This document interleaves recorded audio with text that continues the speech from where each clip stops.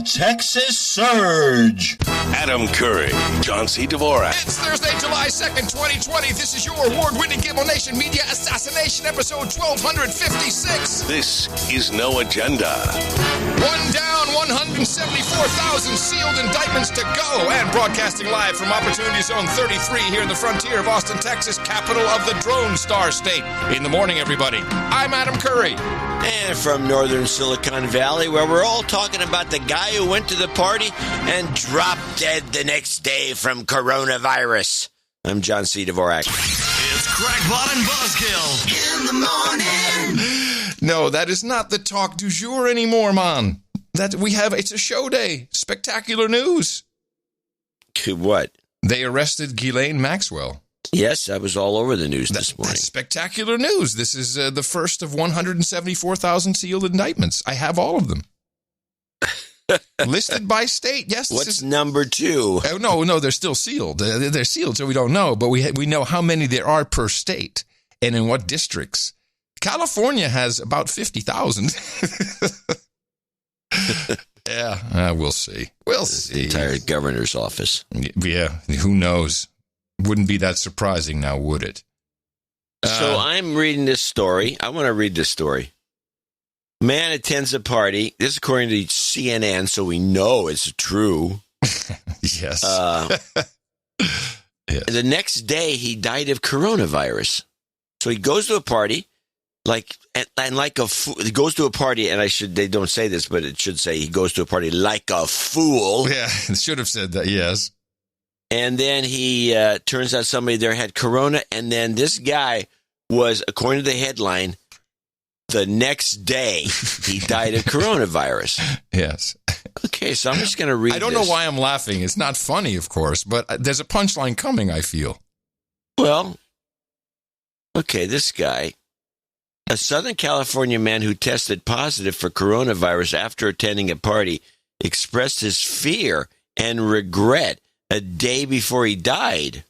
Mm. Wait a minute. How could he die the next day? Was there some time between now and then? Was it? Wait. For one thing, you can't test positive and then drop dead the next day and know that you tested positive because, it takes 3 days for the test, right? At least. He says he went to a barbecue last month near his community at Lake Elsinore, about 70 miles from Los Angeles. Shortly after the party, he started feeling sick. On June 20th, he posted a poignant message on Facebook to warn his beloved ones about the risks of the virus. This virus is risky. I went out a couple of weeks ago because of my stupidity. Wait a minute.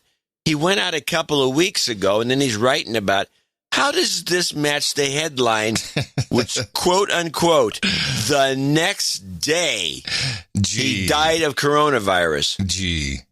Bad journalism or just... No, now you've been bringing this up for a long time. People only read the headlines. Yeah, I got a better headline for you, or as we would call it, the lead of the show. And this, I think I'd like to start off today with the Texas surge, since we are the epicenter of all things death currently in the United States. Death. Texas surge. We're all going to die. The Texas surge.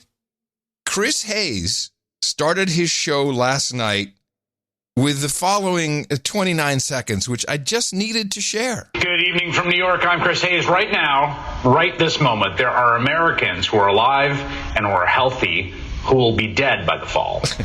And there are Americans who already died who did not have to. All because of the failures of our government and more specifically, the President of the United States. There is no other conclusion you can reach at this point. At this point, there's nothing left to say but that Donald Trump has gotten Americans killed and is going to get even more Americans killed in unfathomable numbers. I mean, that's really pretty out there, even for MSNBC. I personally, I think the opening is just so good. There are people alive right now who will be dead this fall. Woo! Thanks to you, Donald Trump. I have to stop the show. Uh-oh, what? The Zephyr just went by. I'm holding on. 9 cars. Whoa! And we had a 4.8 million jobs number. It's over, folks. 9 cars. The check That mark is is the on. normal length of the Zephyr. Check mark is go. We're back, baby. America. 9 cars. Not according Zephyr. to MSNBC. Ladies and gentlemen, the economy is now an official 9-car Zephyr status. That is all. You know the guys on Wall Street are like, yo, man, Curry Dvorak cut 9 cars. Bye. Bye. But it's not just MSNBC. Fox Business News, Neil Cavuto. He seems to like the death thing himself. Listen closely. It's numbers. Listen closely. Extensively, the spike in cases is not coming with a spike in deaths, sadly enough. That's the one thing you look at because that's a big worry.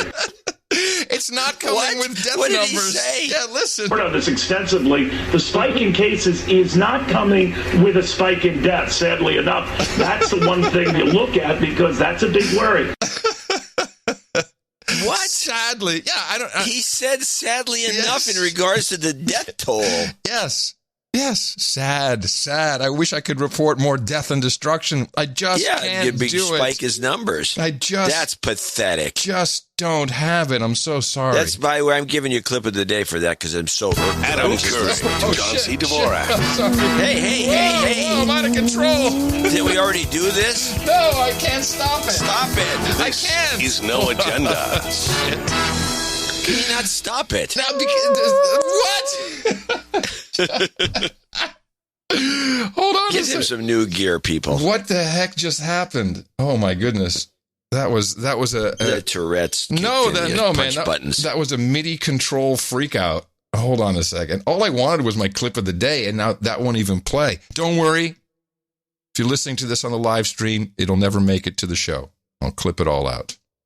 No, you won't. No, I won't. It's too good. It's good radio. But I can't get it to fire now. Hold on. But then you don't get it. I'm pulling it back. Right, but I don't know if anything else works either. No, it doesn't. The whole thing is dead. Well, maybe this will help. If I just jiggle the handle, maybe it'll come back to life. But all right, so I'll have to earn my clip of the day again.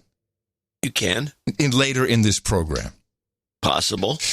So Austin, Texas, is the heart of the surge, and the surge is a amalgamation of the terms positive cases or just cases. And that's pretty much it. That's the only numbers we're looking at. How many thousands of people have cases, are testing positive for the coronavirus. And when this kind of stuff happens, especially in my backyard, I get pretty insane about watching everything I can. And I sat through hours of Austin City Council meetings on Zoom, which is unfortunately just not clippable because everybody is, well... okay, Councilwoman. Well, what about the area code? What about zip code 4445? You know, we were promised we'd have transportation for people who don't have cars to get testing at the walk. It goes on forever. I like that voice. It's 12 people, all the same voice. And the mayor just sits there in the top left-hand corner, almost, he's looking at his phone, he's looking at his email. He's playing Angry Birds. I'm sorry. Boom, you nailed it. He's playing Angry Birds. And then they bring it, and this was the whole point of the meeting. Hours of this stuff, and just bull crap. Back and forth, and please think of our communities of color. We're not paying enough attention to that. It's like, even though we're testing like crazy. So there's one doctor who pops on. He only has 15 minutes. He pops on and he offers 2 solutions. One is, in order to stop this, because we're out of control. You see, this is very dire. And again, I wish I could clip it, but it's impossible. Sound is too shit. Okay, you don't have to apologize. You're doing a great job of summarizing.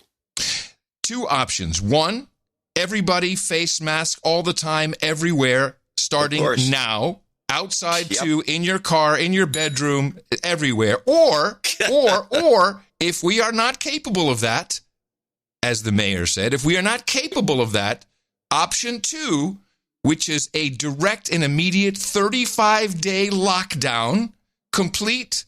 The only thing that'll be open is the big box grocery store. And then after that, well, let me give you the report from CBS Austin.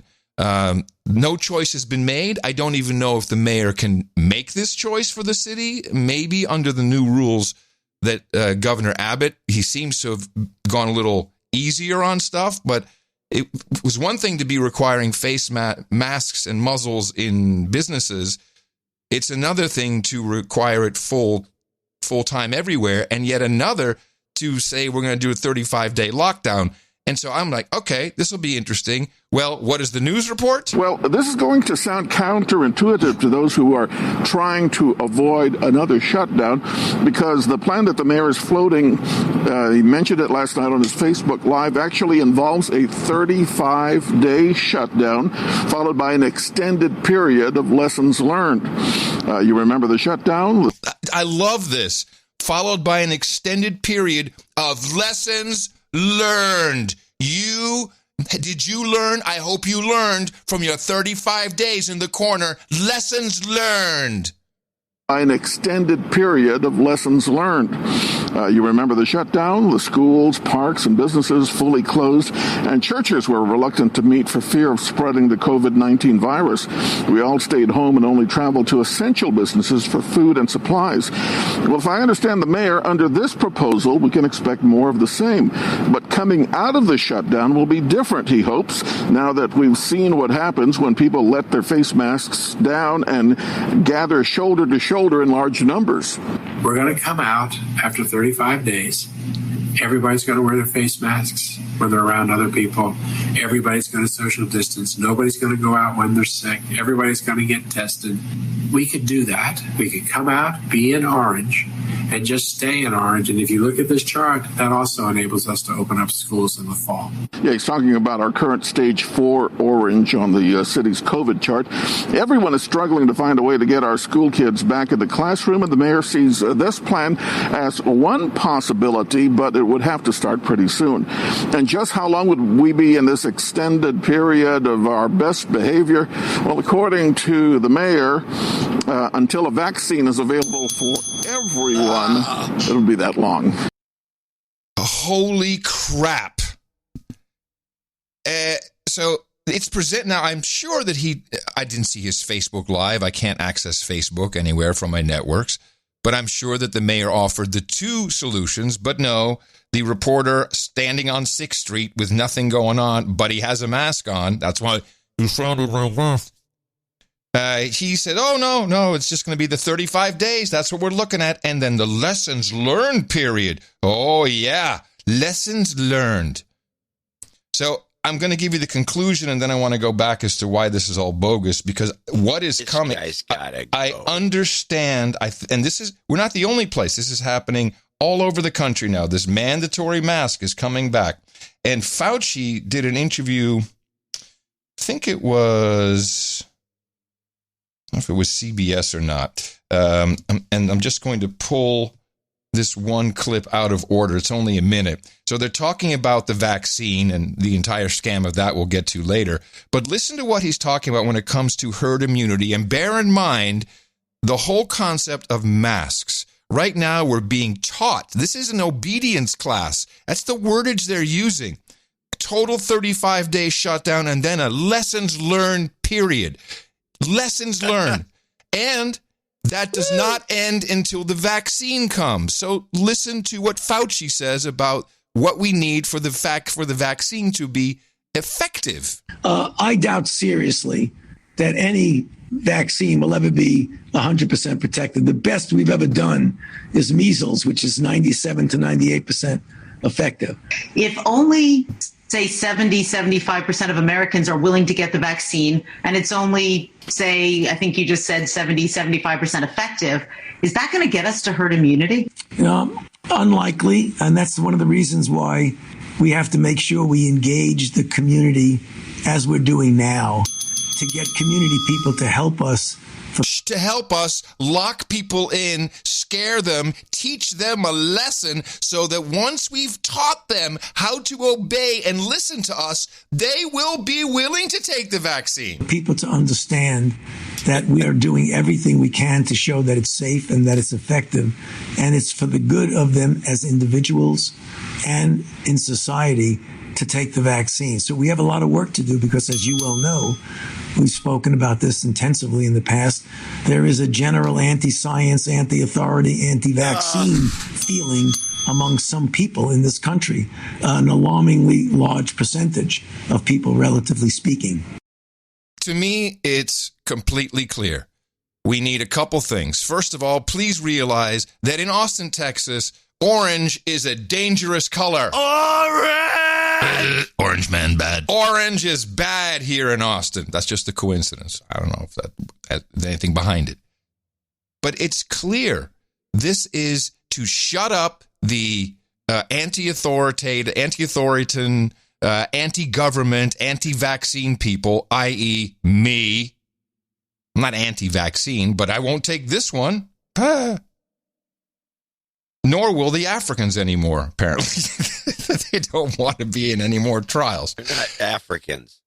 And so this is just leading up to a shaming, forceful, legal, ultimately, precedent, which will flow right through to vaccinations. And it's, I'm sure they can't really force, it's just, you can't. We've gone through the legal case, etc. But they can make your life, but don't you remember we looked at the law and how they interpreted the law? They could change the law. They could change the law. And that's what's happening. That is exactly what's happening. So, okay, I have two long clips that apply to this. Okay, because I have some more. There's some more stuff here.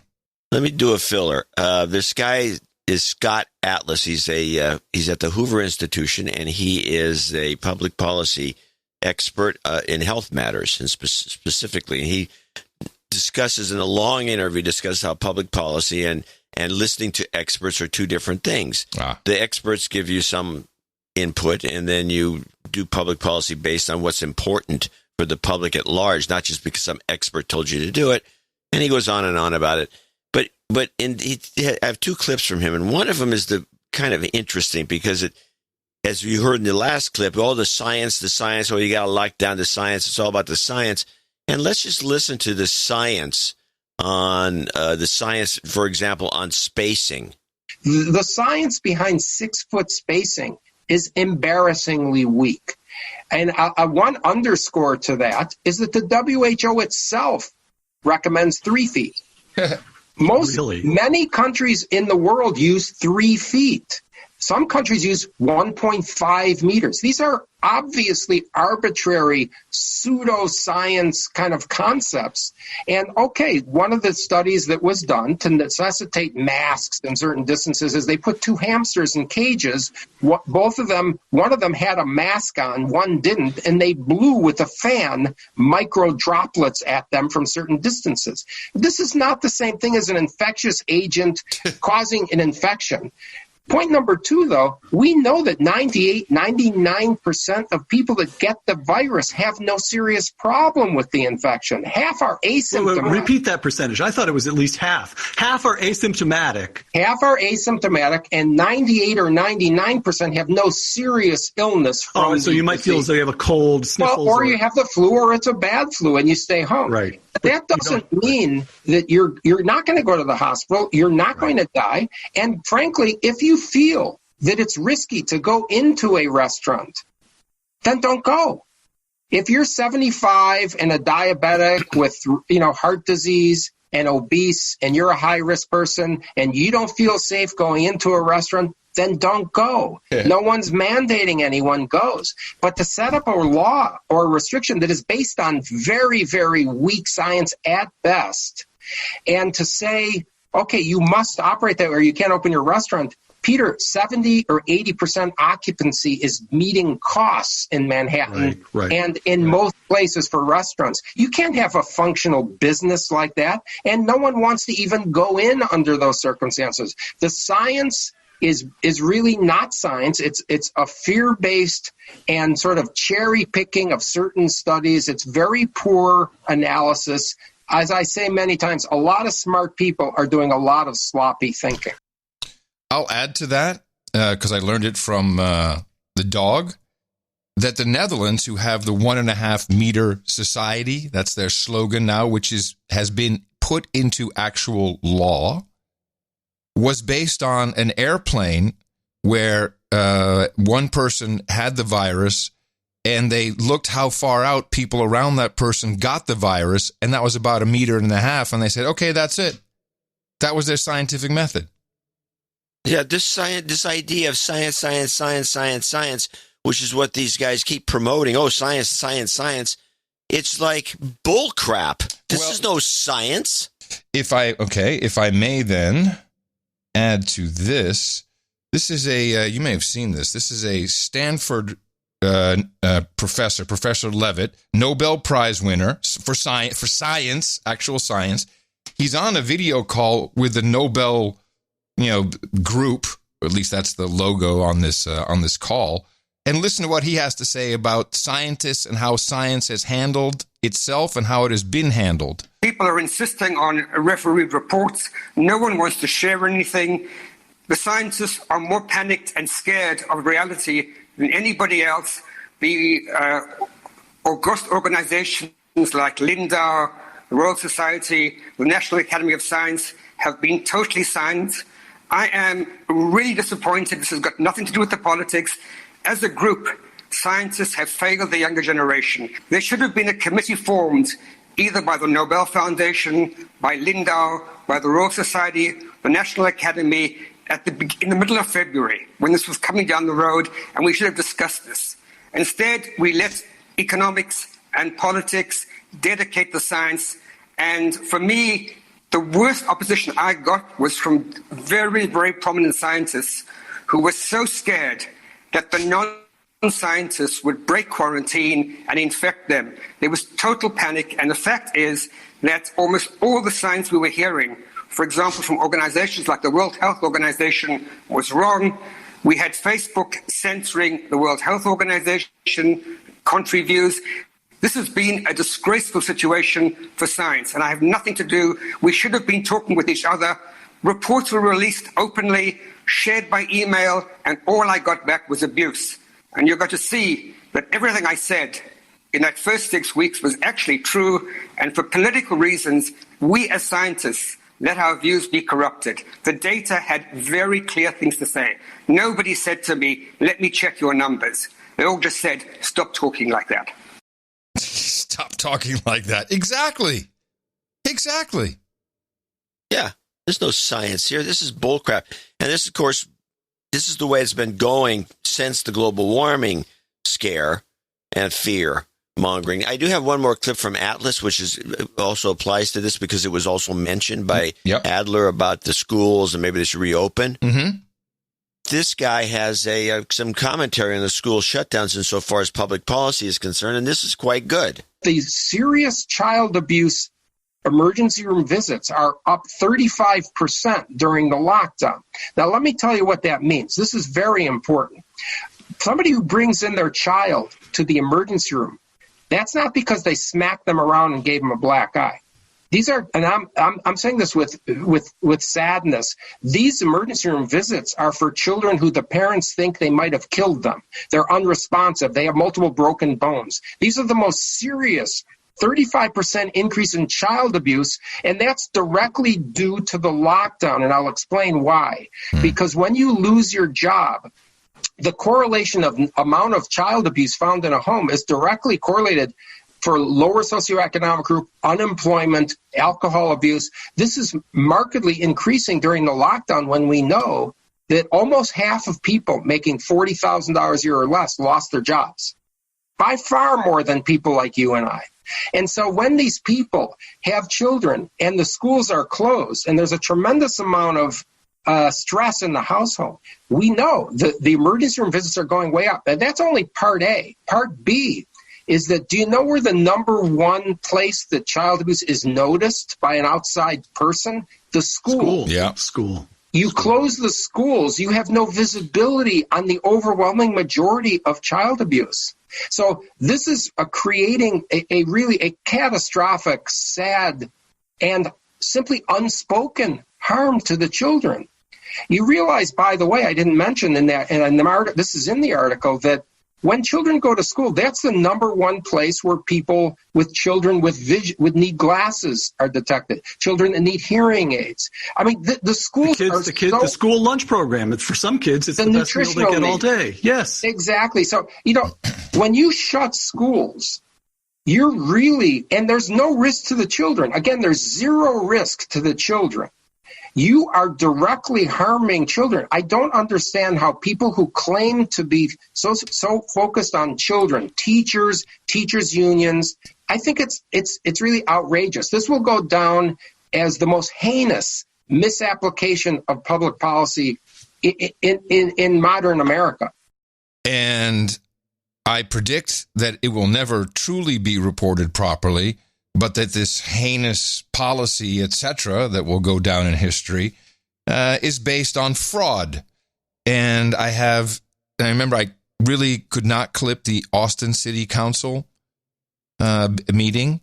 Right. However, big props to Sir Ducifer, who he's the news director at InfoWars. I think he broke this story. This is a recording of the Collin County, Texas, May 18th City Council meeting, in which very clearly and succinctly is discussed how testing numbers are counted, what qualifies as a case in the state of Texas. So this is May 18th, surge time when this came out. State of Texas, DSHS has informed public health departments that they have adopted a revised definition for COVID-19 probable cases. So for confirmed case, it stays the same. You still just need PCR. But now they've added a probable case definition. So that still gets counted towards the case count. It's different. It's not confirmed. It's probable, but it's still a case. So at the end of this definition, there are 15 different options on how you could be classified as a probable case. Based on this diagram and what they report, there's a total of 17 cases now. One is still only confirmed because that was that original index case who then had all these contacts underneath in orange. And all the rest of them became probable, but they are still considered a case. It has the potential to be a very significant event for us here in Texas and here in Collin County, as the state now has elected to adopt this new probable definition. So there's your reason for the surge numbers. All they report is cases. One person's confirmed. The 15 other people they were in contact with are on the case list, even though they have not even been tested. That's what's going on here. That's fraud at best. How does this happen in Texas, which is supposedly largely a red state? This is the medical system, John. This is the medical system, which is tight and controlled. Here, email from one of our producers. My brother's friend was supposed to take a COVID test, overslept and missed it. A few days later, he got a test result in the mail saying he was positive. Okay, so that's always fun to know. What? Oh yeah. This stuff is happening. This is another one of our producers, all of them anonymous. I find this article. I work for a national print mail company. I'm the supervisor of the distribution center. I'm not going to tell you where. For the past month, we've been shipping COVID tests to individuals for a large diagnostic company. These are at-home tests that are being shipped out for the last month. This week, we're expecting to send a total of 50,000 tests directly to the patient. We are one of 3 facilities within my company that are doing this exact job. So why are we even doing drive-through testing? Now, who knows if these are any good? Are these even sanctioned? No one says we can have them, yet they're being sent out by someone. Sir Daniel, who's a Spanish medical interpreter, says, I make friends at work because it's easy to get good info. Oh, very smart, Sir Daniel. One of the ladies doing callbacks for positive COVID tests told me today it's mostly 30-something-year-olds who are asymptomatic and got tested because it was free. I asked if it's like more than half or what kind of numbers she would say. She said, well, more than half are asymptomatic. Also, the people who do have the Rona have been the elderly population complaining of not much worse than a runny nose. Then we have, coming out of the woodworks, senior executive of a Texas emergency room chain. And he posted this publicly on Twitter. And this has been picked up by, the Gateway Pundit. Woohoo. Let me just tell you what he says. Where are we? Oh, crap. I've lost my spot here. Oh, this is mainly about the hospital ICUs. And I have actually a clip to go with this.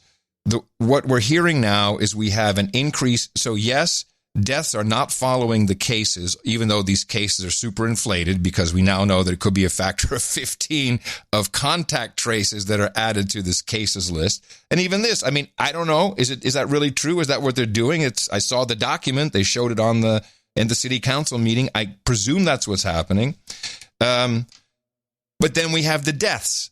Well, there are more people dying. I mean, it's not like last month, and it's increasing. It's not exactly like the beginning where the deaths were following the cases, but there are people dying, and it's more than last month. Well, there's an explanation for that. Hospitals, on healthcare workers, paramedics and doctors and nurses. It's really taking a toll on the nation and the healthcare system in general, and especially, with the increased number of hospitalizations and cases, it puts a strain during July, which is a very important time of the year because we tend to see more deaths in the month of July because of the new healthcare professionals that are entering the residency program. So we've got a lot to do. It comes down to simple measures. Wait. Stop. Wait.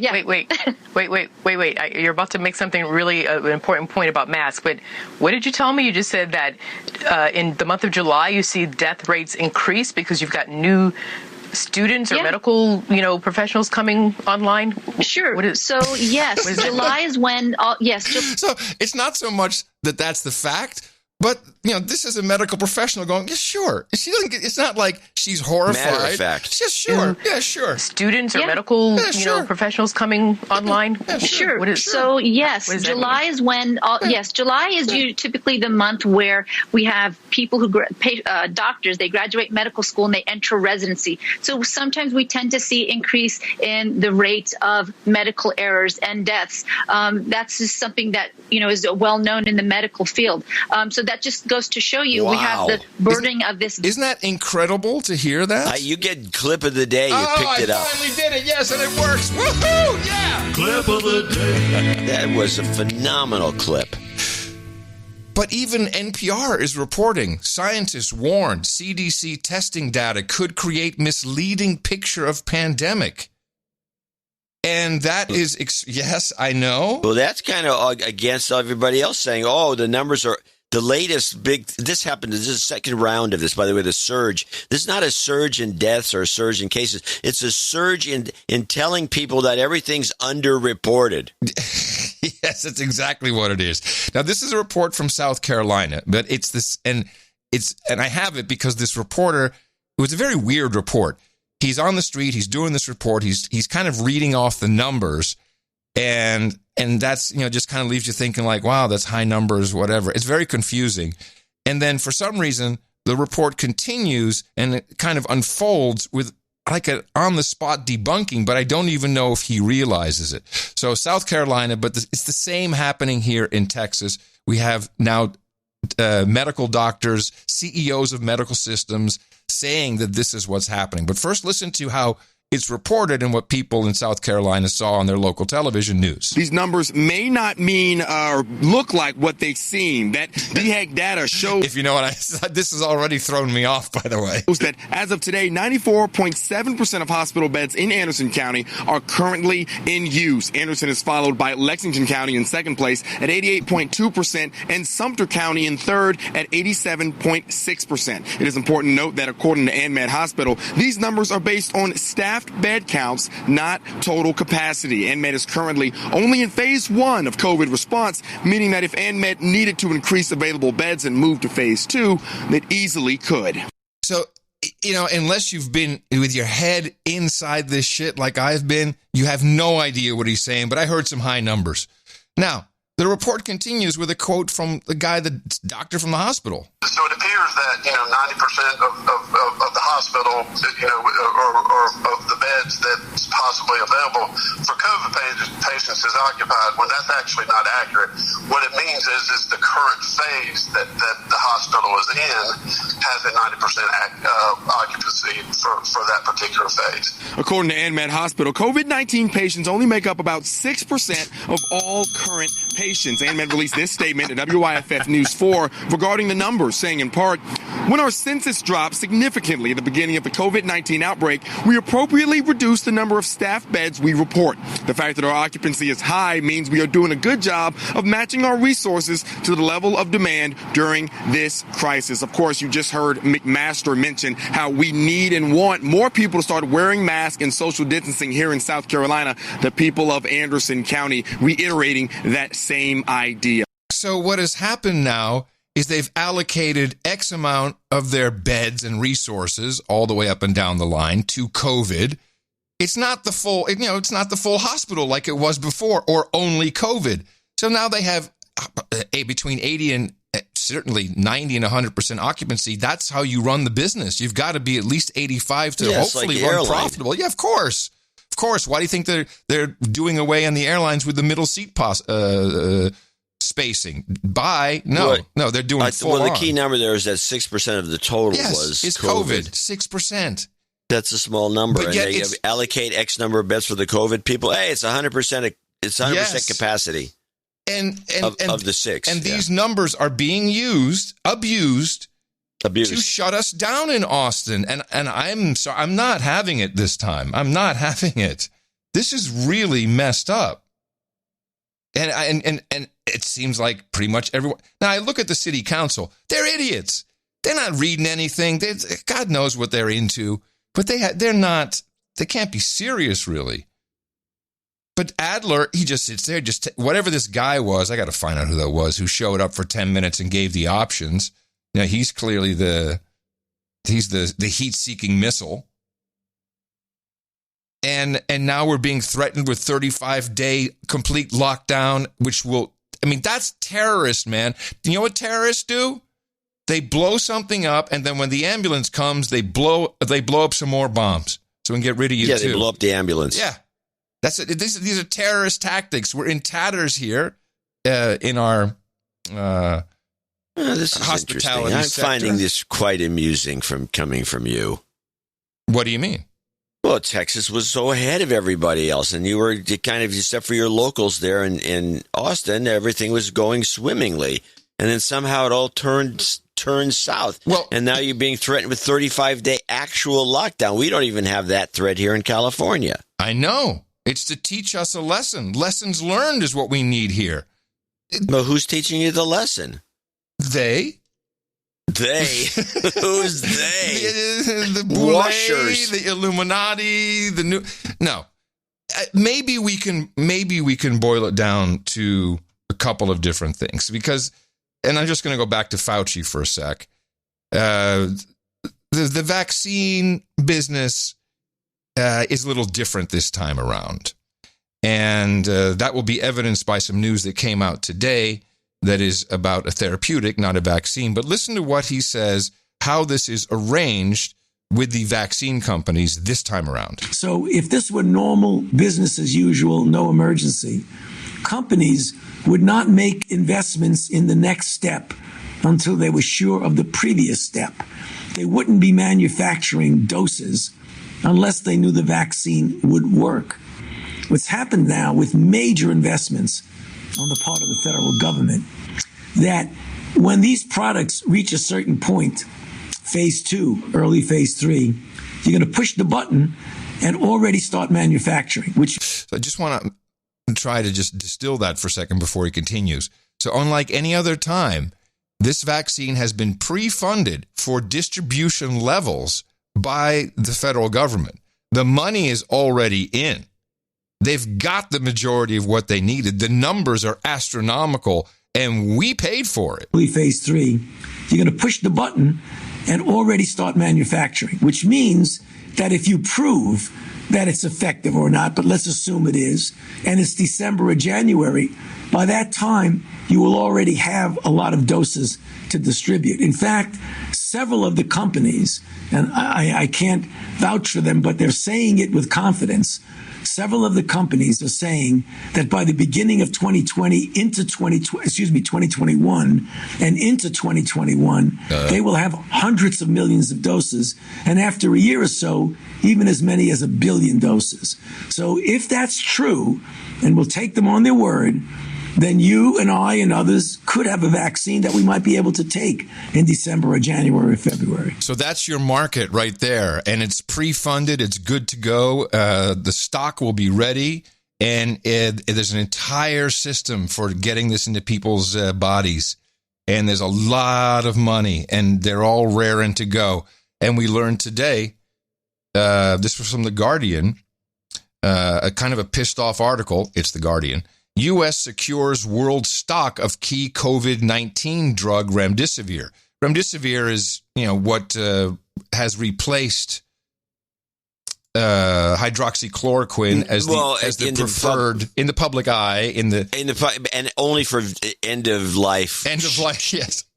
But it only costs $3,120 for the typical patient. And here we are. The United States has bought up virtually all the stocks for the next 3 months of remdesivir. We're talking 500,000 doses. So, money is flowing, people. There's a lot at stake here. No one gives a crap about your health. Otherwise, they might tell you, hey, here's what you can do to keep yourself the Trump healthy. Economy. Which unbelievably seems to be coming back with a 9-car Zephyr.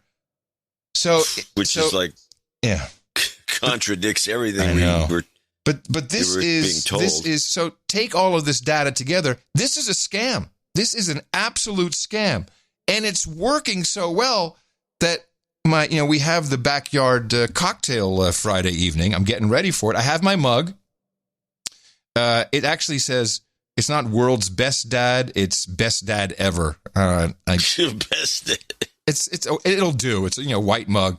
Close enough. So I email my buddy with some bullcrap excuse about something else, and he replies back. I said, "Oh, by the way, I heard, we were asked to bring our own glass. I'm a hugger, man. So what's the protocol? And he replies, "We are full hazmat suit here."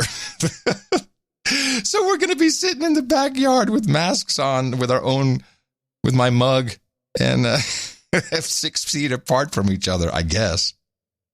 Dumb. I appreciate the invite, man. Who knows? I may learn something. Maybe it'll be delightful. You never know. But yeah, there's something really weird going on, and it has to be the power of the pharmaceutical industry. We know that television news cannot cover what we just did, and we know why. In fact, last night, I hope people appreciate that, by the way. Dr. Mark Siegel, who is not my favorite doctor, he always appears on Tucker Carlson. Now, Tucker Carlson has no advertisers. He's got MyPillow.com. That's guy. it. He's got MyPillow.com, the local car ads, and that's it. And Mark Siegel comes on, the doctor, and he says, this is bull crap. He says, this testing, there's such a small percentage of anything that's really concerning the actual death rate, and we're at zero across the country, 0.0001% death rate. I mean, this is not the scary thing that it's made out to be. And the science is there. The science is everywhere except in the mainstream. There's some other kind of science that is being presented to us. But there's lots. I mean, everyone's seen it. Everyone's seen the YouTube videos. You've heard it. It's all over the place. And the only thing I can hope is that enough people are just going to say, no, screw this. Yeah. You're a real. There you go again, Mr. Optimism. I know. I know. In general, it's going to be after 35 days. People are going to come out. They're all hunkered over. They're weak. They're white. And please give me the vaccine, Dr. Bill. They'll be so ready for it. They'll be spanked down into submission. Anyway, all of this is in the show notes at nashownotes.com. And I would also like to welcome who is doing a concert on Friday evening here. Small place, 2,500 tickets will be able to be sold. He's found a loophole, and Vanilla Ice will be performing in Austin, Texas at the Throwback Beach Party. And I could not be happier. I think badass. You go, Ice. You go, man. Just stick it to the man. And otherwise, it's the people don't care yet, John. They haven't figured it out. Of course, there are people, like our friends where we're going to sit in the backyard in the corner. But the young people, they're so over it. They don't care. They do not care. They just don't. Well, but they will if they get locked down for 35 days again. No, they're going to get locked. Well, I don't believe that of all places, Texas, locking people down for 35 days just doesn't make any sense to me. I will not. I mean, here, we ought to wear a mask, and it was wear a mask. And everyone's making the mask it's a big symbolic deal. Yeah. Well, no, it's not just a symbolic deal anymore. In fact, do I have a mask and muzzles? Yes. It's become the issue. And this, I might point out, is not an issue in most other countries. They're not arguing about this in the Netherlands. They're not arguing about this in France. They're not arguing about masks. It's only here because everything right now is politicized. And that's because that's where the money is. That's the money right now is an election year. It's politics. But you must leave your mask on. You must leave your mask on. You must leave your mask on. Sir Chris Wilson is back, of course. Here is part of how we're selling it to you. I believe this is Pennsylvania, and this is your favorite health professional. Breaking news right now at 6. Face coverings are now mandatory at all public spaces in Pennsylvania. State Health Secretary Dr. Rachel Levine signed that order just this afternoon. The Wolf administration says it takes the mask requirement, quote, a step further. This includes all businesses, healthcare settings, and outdoor public spaces where you can't stay 6 feet away from strangers. Dr. Levine said, quote, while cases increase in some areas, we cannot become complacent. My mask protects you and your mask protects me. Wearing a mask shows you care about others and that you are committed to protecting the lives of those around you. This is Cuomo language. This is every mayor is now using this. It shows you respect me. This is, I mean, it's really gone pretty nutty. It really it's gone has. Crazy. Here's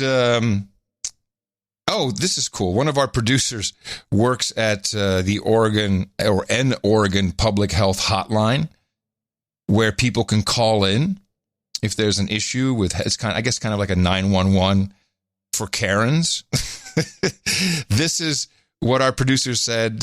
He or she receives about 15 of a day. Josh, I'm sure you would like to talk to this lady because she's very pleasant. I think this was the forward from one professional to the next. This one's been going around apparently. Well, trying to get a hold of anyone in this office is just ridiculous. Yes, I have some questions about town. Are people and businesses in Grants Pass supposed to wear masks? Because they're not wearing masks over at the little subway place up north of town. You got a kid drawing your drink, and he's giving it because he can't wear a mask. Aren't restaurant workers supposed to wear masks? And why isn't the guy up there at the little pantry up north of town right before you get on the freeway, why isn't he wearing a mask when he's working while he's coughing? Are masks required of people who work? Because maybe you better get out and do your goddamn job. Wow. You can see why this one gets passed around. And then there's no one going out to do anything. It's all a farce. It's a farce. We need to stop this insanity. It's crazy. I can't get over how nuts it is. It truly is. And we've got the Tedros, the World Health Organization, his quote of the week, "The worst is yet to come." Oh, yeah, the worst. This is my favorite. The worst is yet to come. The worst is yet to come. Let me see. I got some Whatever happened to that big surge that was supposed to take place in the middle of April? Yeah. Where they had the ship. They moved 2 giant ships, Army hospital ships. One of them was moved to New York Harbor. Got 15 people. Well, and it stayed through this giant surge that never happened. Here's what I don't now understand. The worst is yet to come? Is this is like waiting for Godot. Why, when you had thousands of people in nursing homes dying, why were those people not put on the empty COVID-appropriate ships? I don't know. How hard is that call? Why weren't they taken? Those people were murdered by Como. Oh, now you're doing like a Trump bit. That's pretty good. I like that. I'm not the only one who said this. No, I'm in total agreement. We've looked at all the documents. And I am sure that there will not be any type of Hollywood celebrity funeral for Carl Reiner. I mean, I'm very sorry, loved by many. He produced a total tard as a son. But we're not going to break our vows and go have our laws and go have a funeral star-studded, are we? We better not. This has got to be the biggest moment of mixed feelings because everybody wants to. Yes. Everyone wants to show up for this, and then you can't show up for it. Mm-hmm. Mm-hmm. They're going to have to do some virtual thing. That which we can all capture. That'd be great. Yeah. No, it'd suck. Well, those things always suck. It's no good. But this is happening around the world, this politicization, and it's laws. So in the Netherlands, nothing's about masks. No laws about masks. No. But they've codified into law, not just law for a little bit. No. Permanent. We are a 1.5 meter society. De 1,5 meter maatschappij. That's a permanent law now. What does that even mean? It's control, man. Just whatever. People can't kiss each other anymore? You can't have a hug? No, I guess not. I don't know. It's crazy. And people are protesting. And what happens? They protest. They get their heads beaten in. I mean, the whole thing is, it's just for different reasons, but it's still the same thing is taking place. The same thing is taking place. Well, my favorite is we get these stories like this one. It comes up on this is I got this morning. U.S. COVID-19 deaths likely higher than reported. U.S. study. Number of Americans who died from COVID in March through May is likely significantly higher than the official count. Now, every report we've ever isolated is that they're overcounting because they get more money from the government and insurance companies. But why? If that's all you get, you never get any contrary reports. So how do you get this? How does this happen? Why do you get this misreporting, underreporting? It makes no sense. But this is the thing that's going on. Fauci just said it again himself. And it's apparently something coming out of Yale had some. It's probably much worse than it seems. Yeah, I mean, I'm flabbergasted. We've isolated what it is. We can't isolate it. Except to get rid of Trump. Yes, that's the only thing that matters. Right now, that is what matters. The only money in the game is pharmaceutical and political. There's got to be a lot of money flowing still for politics. I mean, there's I really love that that Trump hate ad. Let me see. Yes. From the Republican Lincoln Project, yeah, from the Lincoln Project, because it's Rick Wilson and the boys. But that's also Bill Kristol, correct? Yeah, Bill Kristol, all the neocons. No, they're warmongers. Neocons. They're warmongers. And what's his name? The presidential candidate from Utah, Romney. He's in that group, I think. So these are so-called Republicans, the Lincoln Project, and they are doing everything to get rid of Trump. But really, all I hear in this message is that they want to continue. You have to understand, this came out, and we're in the middle of negotiations with the Taliban to leave Afghanistan. And all of a sudden, we get this story from the New York Times that is now put into scary music and visuals by this Lincoln Project group. In the last year, flag-draped coffins have returned from Afghanistan. Now we know Vladimir Putin pays a bounty for the murder of American soldiers. Donald Trump knows too, and does nothing. Putin pays the Taliban cash to slaughter our men and women in uniform. And Trump is silent, weak, controlled. Instead of condemnation, he insists Russia be treated as our equal. Instead of retaliation, he invites Putin to America. When Trump tells you he stands by the troops, he's right. Just not our troops. Oh, God. The Lincoln Project is responsible for the content of this advertising. What a piece of shit that is. I only hear war talk. It's like, we gotta go to war with Russia. They're a bunch of neocons. They want to have wars. Oh, my goodness. That's really crazy. Yeah, they people should be. They're sick individuals. Meanwhile, Scott Adams has a kind of a counter to all this with his yes, thing. I'm glad you followed this. The Keeper was telling me about it, and then I saw your clips, and I never listened to them, but I'm like, oh, good. So I'm going to learn. I got this as short as I could because he's a long-winded guy. Yeah, but he starts off at the beginning of this a couple of days ago. He starts off with this. This is the Scott Adams Hunted 1.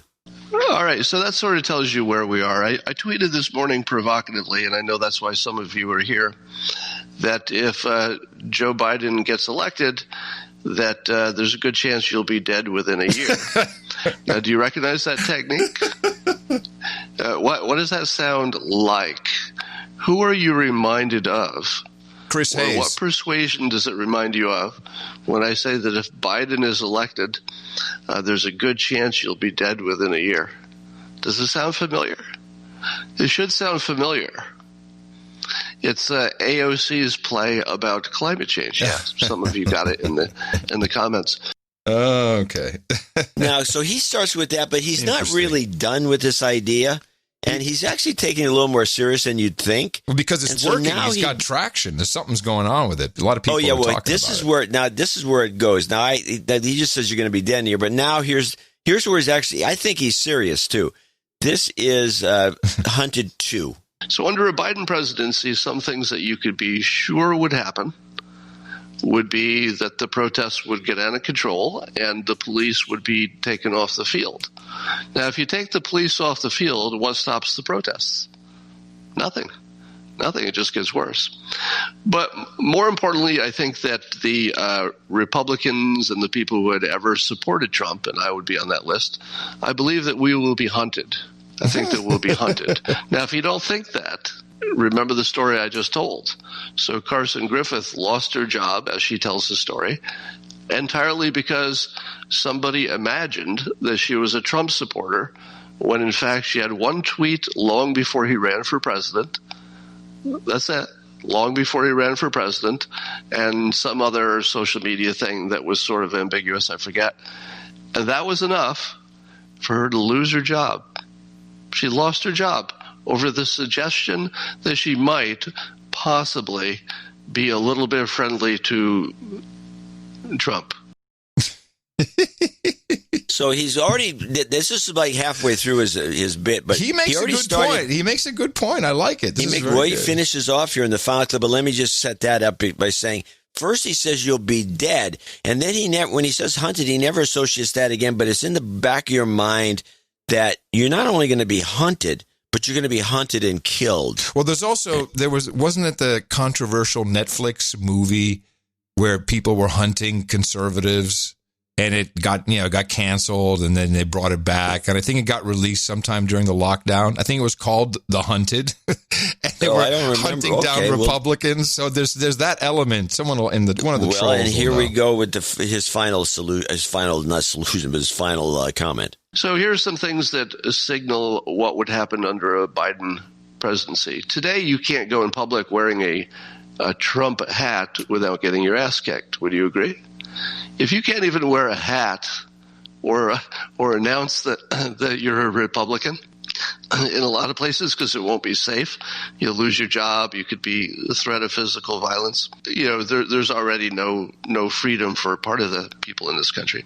So I do think there's not a risk, it's almost a guarantee that if Biden gets elected, Republicans will be hunted.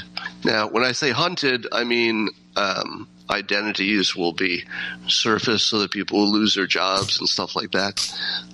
Not necessarily just physically with guns, but I think I think the odds of a shooting civil war if Biden gets elected are 20%, maybe 20%. The odds of you being hunted one way or another as a Republican, if you are a Republican, I would say are closer to 80%. 80% chance that you would be victimized under the new regime. Wow. Now he makes a darn good point there, doesn't he? Because it's like we're just smart old guys, so I'm not going to walk outside with a MAGA hat because I know you get your ass kicked, but you kind of don't think about how absurd that is. How absurd it really is. Yeah. And how far we've come. Very good point. But I disagree a little. Well, I'd like to add to that this is part of something bigger. And his example was the woman who got fired. And so he feels that's an extreme example. What's happening now, and I got a very thoughtful mail from Tom Starkweather, our producer in Manhattan, in New York City. And our Manhattan guy. Our man in Manhattan. Our man in Manhattan. And he's been there with his lovely girlfriend Alexandra, and it hasn't been easy for them. They're in the apartment, and just imagine what that's like in New York.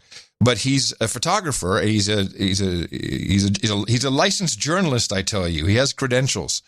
So he's a photojournalist, but he has no gig for this. And so whenever there's a protest, and there's now there's some kind of autonomous zone they're trying to set up in New York, and so he went down to photograph. And he got harassed. No photos, no pictures, go away. I said, well, I'm just trying to document this. You need to ask permission. Well, no, but you're out here and in the open public space, and that's totally appropriate. No, you have to get more creative as a journalist. You can't just do that. And so he got into a conversation with someone who was there, who I think he knows. I'm not quite sure. It was on Twitter, and it was a long thread. And the guy was, kind of saying this, like, it's not appropriate. You can't do that. There's all kinds of AI, and we can get recognized. So basically saying we're deathly afraid. We have these masks, but we know that they don't really protect us from being recognized and being hauled, in by the law because you broke the law and there's photographic evidence. And now they're shaming and forcefully telling people that you cannot have any journalism. Nick the Rat jumped in on this thread. That was the best part. Nick the Rat posts, "Oh, okay, so corporations who have cameras all over on every corner looking at you is okay, but you don't want some individual doing it." It's completely nuts. They are afraid, and this is evidence that it cuts both ways. Yes. People who are MAGA Trump supporters will be hunted, whether real or as a metaphor. But the danger of losing your job, a good job, because of any involvement in any type of politics is also bad for the other side. You probably saw this TikTok, or maybe it went viral during Black Lives Matter. This is a Harvard grad, and she's a Deloitte and Touche employee, and this is what she posted on TikTok during the Black Lives Matter protests. The next person who has the sheer nerve to say all lives matter, I'm going to stab you. I'm going to show you my paper cut, and say, my cut matters too. Okay, so I'm going to stab you. And she had a number of these things. And here's the follow-up. I know this is what Trump supporters wanted, because standing up for Black Lives Matter put me in a place online to be seen by millions of people. The job that I had worked really hard to get and meant a lot to me just called me and fired me because of everything. I don't know if everyone's seen, but it's been circulating a lot. My Black Lives Matter TikToks were picked up by conservatives and spread and shared, and people were demanding that I be fired, which I just got. My job that I worked really hard for. Of course.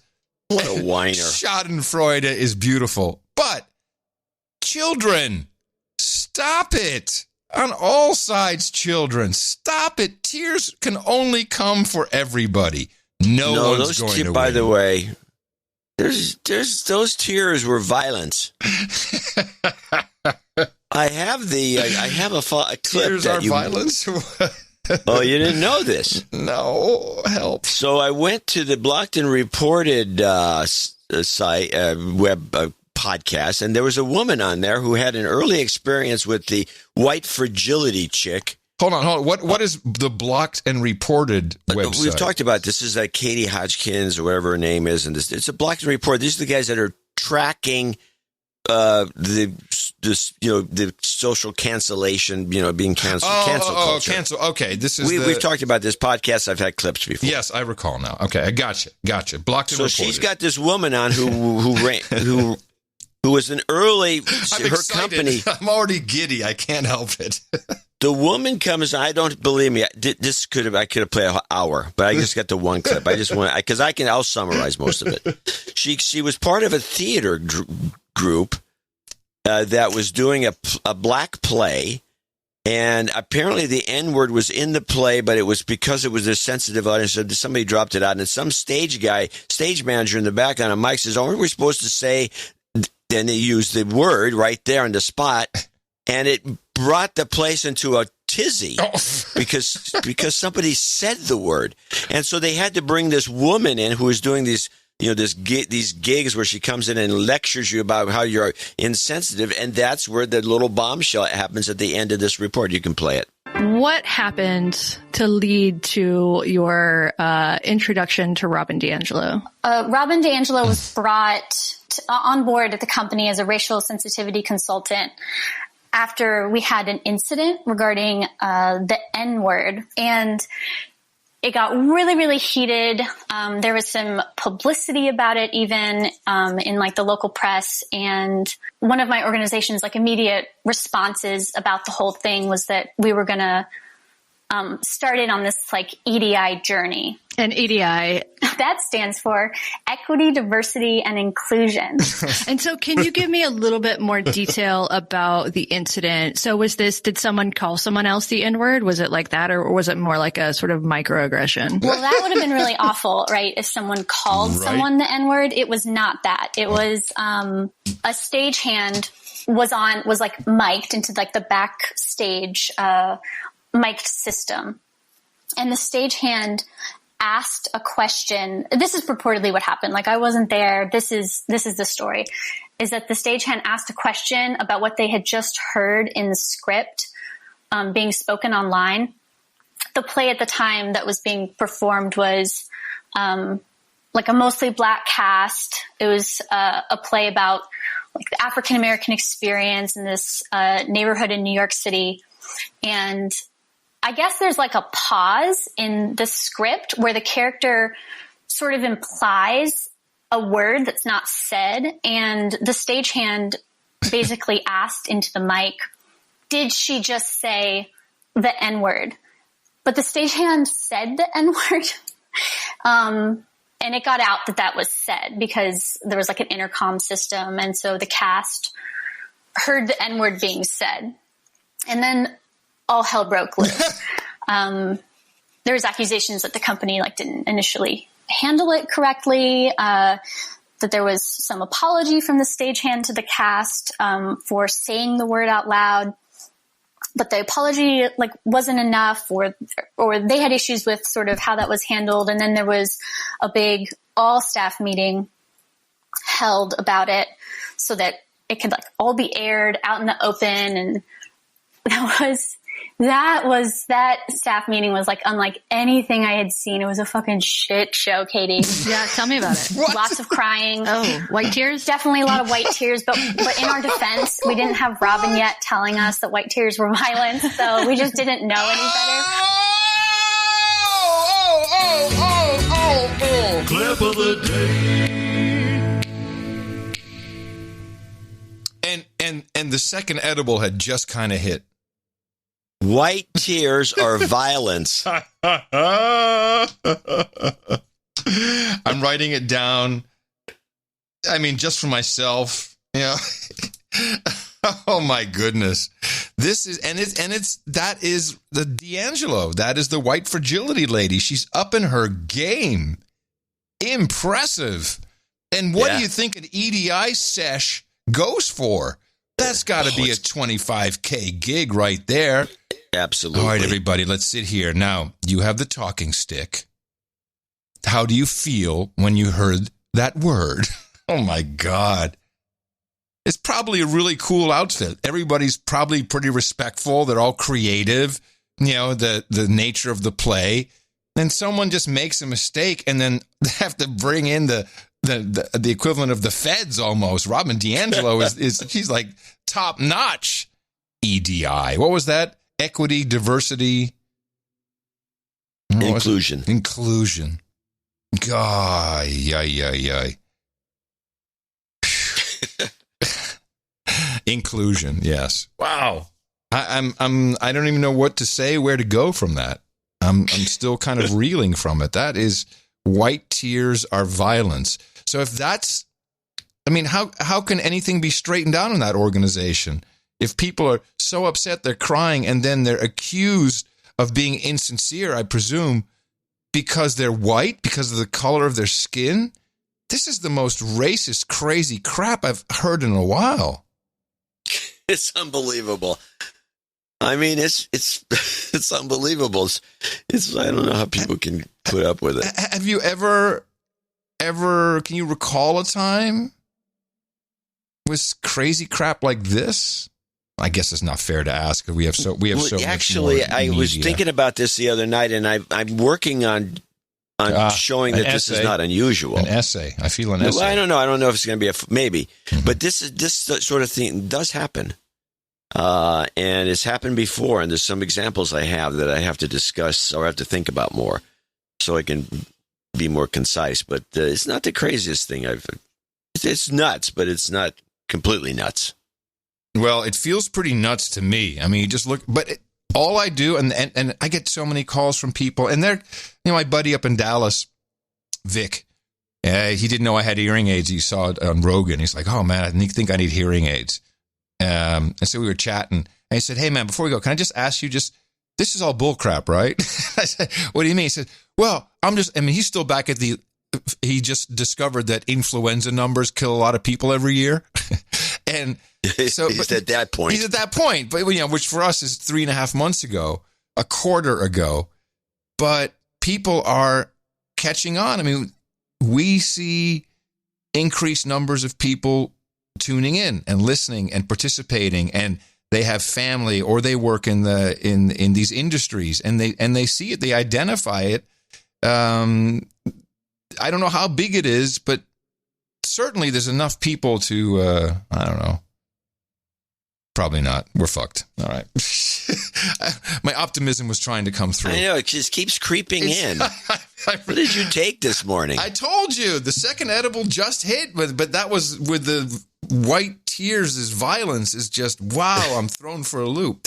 And with that, I'd like to thank you for your courage and say in the morning to you, the man who put the C in my coffee this morning, John C. Dvorak. Well, in the morning to you, Mr. Adam Curry. Also in the morning to all ships at sea, boots on the ground, feet in the air, subs in the water, and all the dames and all the knights out there. And in the morning to our trolls in the troll room. Yes. I think we have a pretty good group today. Let me do a little troll count. 15, 16. That's about right. That's an average Rona lockdown tally for trolls. A troll tally, I tell you. NoAgendaStream.com is where you can hang out. They're all saying hi, and some of them are. But this is where you can listen to the show live, not just our show, 24/7. The stream runs, and people are in the troll room, basically trolling the hosts or each other, but sometimes sharing some fun information. And while you're in there, you can always ask Doug. He's known as @Doug. You can address him in many different ways. You can ask him for an invite to No Agenda Social, and it will pop right up, and then you can go over there, which is our federated social media instance. What are you? You're laughing? No, I was just clearing my throat. Oh, I thought. Yeah, that's noagendasocial.com. And it's where everybody hangs out. I just realized I never got a meetup schedule from the back office. Did you receive a copy? No. Huh. That's not. Probably dropped the ball. No, I'm more concerned. Is she okay? It's like, I just talked to her. I talked to her late last night, and I think she just forgot to do it. Oh, you were distracting her with your you were sexting. Okay, I got you. And I'd like to say in the morning to the artist who brought us outstanding artwork for episode 1255, titled that was Mask is Love. And this was Cesium-137, who we know is a pro. And it seemed like there was some kind of heavy-on competition between... Well, he was on his way. He wasn't going to let that one. No, he had three pieces, yeah. 3 pieces that could have all been picked. Yeah, now this was the Coors Light sign, although it was COVID Light and it was a bikini and the neon is very... If I have any criticism, I thought the No Agenda letters could have popped a little bit more. The fonts. But it was so good. I think that was the artistic decision to drop them into the background because it was like the light was so bright that it was pushing them into the oblivion. Oh, that's a good analysis. Yeah, probably.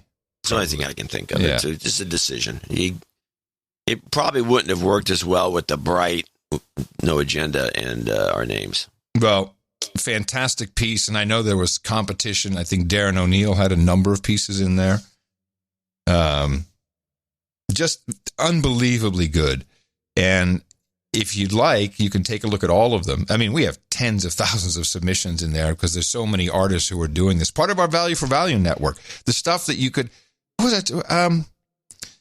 was I talking with the other day? You know, it's like, oh, man, wouldn't you love to have a Rogan deal? Oh, I was talking with Todd. That's right.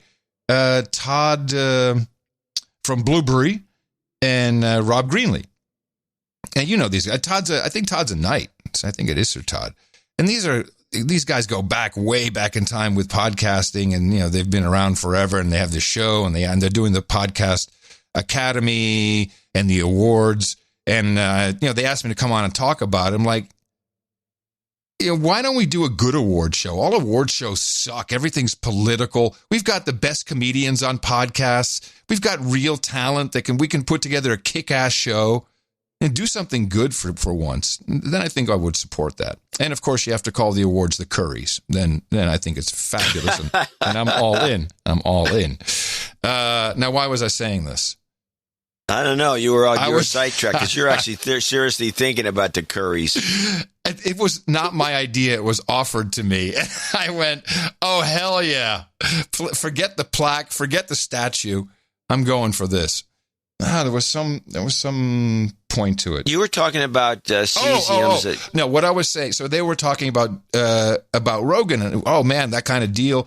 I said, you know, the show we put together is done by thousands of producers, and there is no budget big enough that could get us. I mean, we have 5 end of show mixes that are killer high end entertainment. Knockoffs of real songs done extremely well. We have this artwork, multiple to choose from. And when we don't pick one of the artists, they're not all huffy and pissed off. Can you imagine? Right, which they would be. Could you imagine if we were paying people and we said, okay, now we're going to pay you $5 by the way, to pitch. It's not completely true what you said. There's one who gets huffy and pissed off all the time. but that's our boy, you know. Comic Strip Blogger is our boy. That's part of the deal. Another thing you can't get.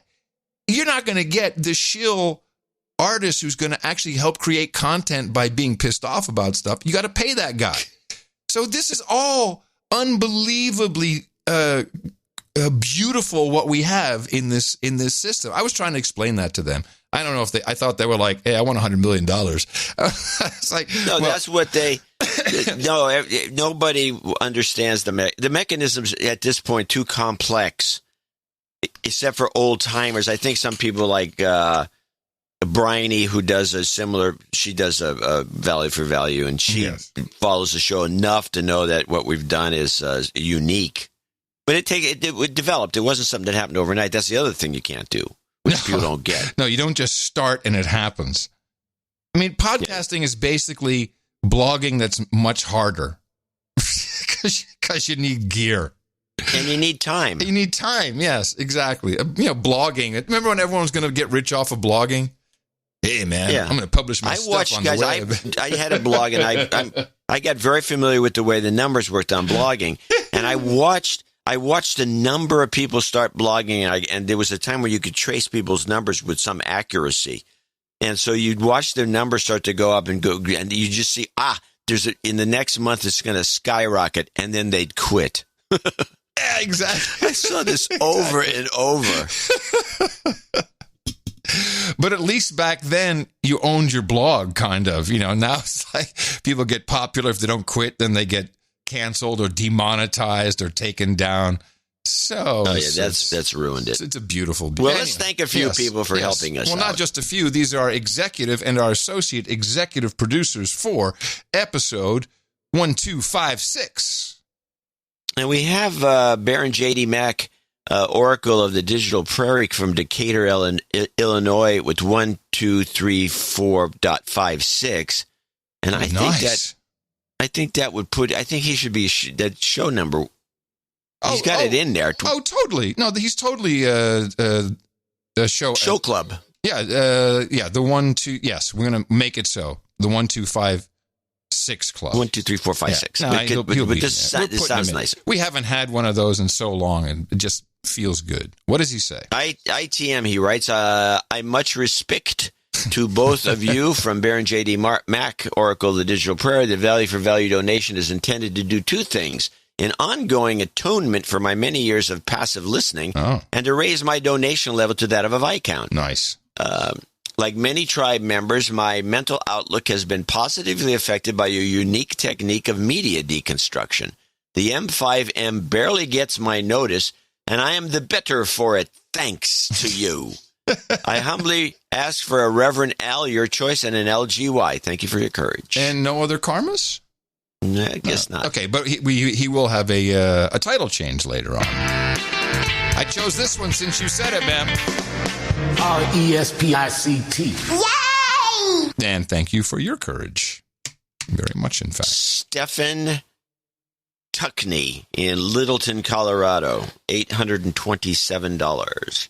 Wow. He's got Donald Trump, don't trust China, resist free months, and jobs karma for all that need it. Long-time listener, but only my third donation, but this finally pays off my tab. Please de-douche me. You got it. You've been de-douched. My wife and I spent the last few years digging ourselves out of a massive debt hole, and your weekly doses of infosainment helped us survive, and thanks to my prior company for getting acquired and handing me a generous buyout. Oh. This donation pays off our last debt. A warning for producers out there still considering a DNA test. Don't do it. My wife was adopted at birth and finally succumbed to the curiosity. She was happily ignorant, single child, none the wiser, and decided to give up our family biometrics. Where's this going? She received a hit on her biological father. Communications were established, and it turned out she has 14 brothers and sisters through him, and I shit you not, as of this date, the father now has 33 grandchildren when you include our two human resources. My wife decided to purchase a camping trailer, and now we are driving around the country to meet all her siblings and their families. Oh, man. That's fantastic. That's great. There goes the severage package, I joke. Her story is quite amazing. I'm having her write the entire story down in detail, and we'll publish it if anyone's interested. Hey, man, that's a documentary. That's what that is. Yeah, you should film it. It'd be a great little film. Yeah, great little film. Cute little and you know, Netflix. You can probably get a little. You can budget. do it. You can get the gear. It's so cheap now. Anyone can do it. I like it. I'm nice. currently writing to you from Las Cruces, New Mexico, where we're visiting her bio mom, who became an Instagram ma through our boys. Shout out to Dame Jennifer in South Carolina, where we happened to end up over a little week ago visiting some of our new and exciting family. And through cosmic happenstance, found out a meetup was occurring, our first one. Thanks, John and Adam, for all the producers. Happy to be part of the tribe. That is a great story. Thanks for sharing, and thank you for your support and courage. Donald Trump don't trust China. China is asshole. But resist, we must, and we will much about that be committed. Jobs, jobs, jobs, and jobs. Let's vote for jobs. You've got karma. All right, let me try this one. René Knig in Den Helder, Netherlands. Okay, Den Helder is good. It's this is not a typical Dutch name, but I think you would pronounce it René Knigge. Knigge. Knigge. Knigge.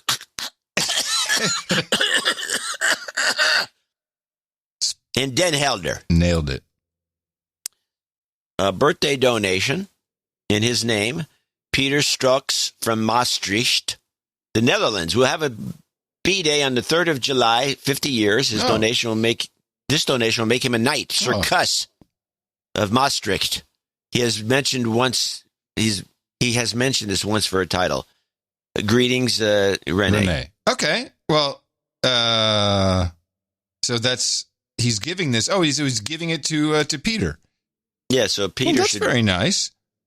But does René keep the credit, or does Peter get the credit? don't. The way I read it, Peter gets the whole thing. Okay. All right. Well, René Knigge, that's very kind of you. Yeah, for $681. My goodness. Yeah. Good friends, I guess. Or who knows? René could be his girlfriend. Ever think Is René a bisexual name? Yeah, it's like Pat. Exactly. It's ambiguous. So René's bisexual? Is that what you're saying? What are you telling us? I think ambiguous is the term. Oh, I'm sorry, I used the wrong word. Yeah, you did. Doug Proctor in Duncan, Oklahoma, 500. Short comment for show. Colon and nothing. And I'm clicking there. I was like, is there something there? That was it? I'm going to give the guy... I'll see if there's any I'm going to give him a karma just for the thought. You've got karma. I thought it was funny if it was intended that way. It's hilarious. It's possible. Sir Kevin... I'll look in the email, see if I can find something. Sir Kevin McLaughlin, the Duke of Luna in Locust, North Carolina, $369.12. J&K Jobs Karma, Health Goat Luge. Yeah. What? Yeah, I got it. Number 3, multiplication table. My fellow Americans, this July 4th is our great nation week, 244 years old. If we could take a moment to reflect back to July 1776 at Independence Hall, there were 56 men came forward and signed a parchment. It was noted at the time that they had pledged their lives, their fortunes, and their sacred honor. This was more than just rhetoric. Each of these men knew the penalty for high treason against the crown. These men were brave, and they stayed right through the bloodshed of the coming years. Take a moment and reflect on these words. We hold these truths to be self-evident that all men are created equal and that they are endowed by their Creator with certain inalienable rights, that among those are life, liberty, and the pursuit of happiness. In closing, I ask each of you, believe in yourselves, believe in your family, your friends, and your neighbors. Please take a moment to honor these great Americans who have gone on before us. Take a step forward to show the world that we are still confident and fun by celebrating this Independence weekend, even as our country is struggling with the current crisis. Our great American nation, still the guiding light and inspiration for other nations. Adam, John, I request jobs, karma, and general health karma for the entire No Agenda tribe. The huge luge jingle, a.k.a. goat cream jingle, please. Lea Dio. Well, hold on. First of all, Ladies and gentlemen, that is a wonderful story about the birth of our nation. Thank you from July 1776. That was a nice little note that he gave us there.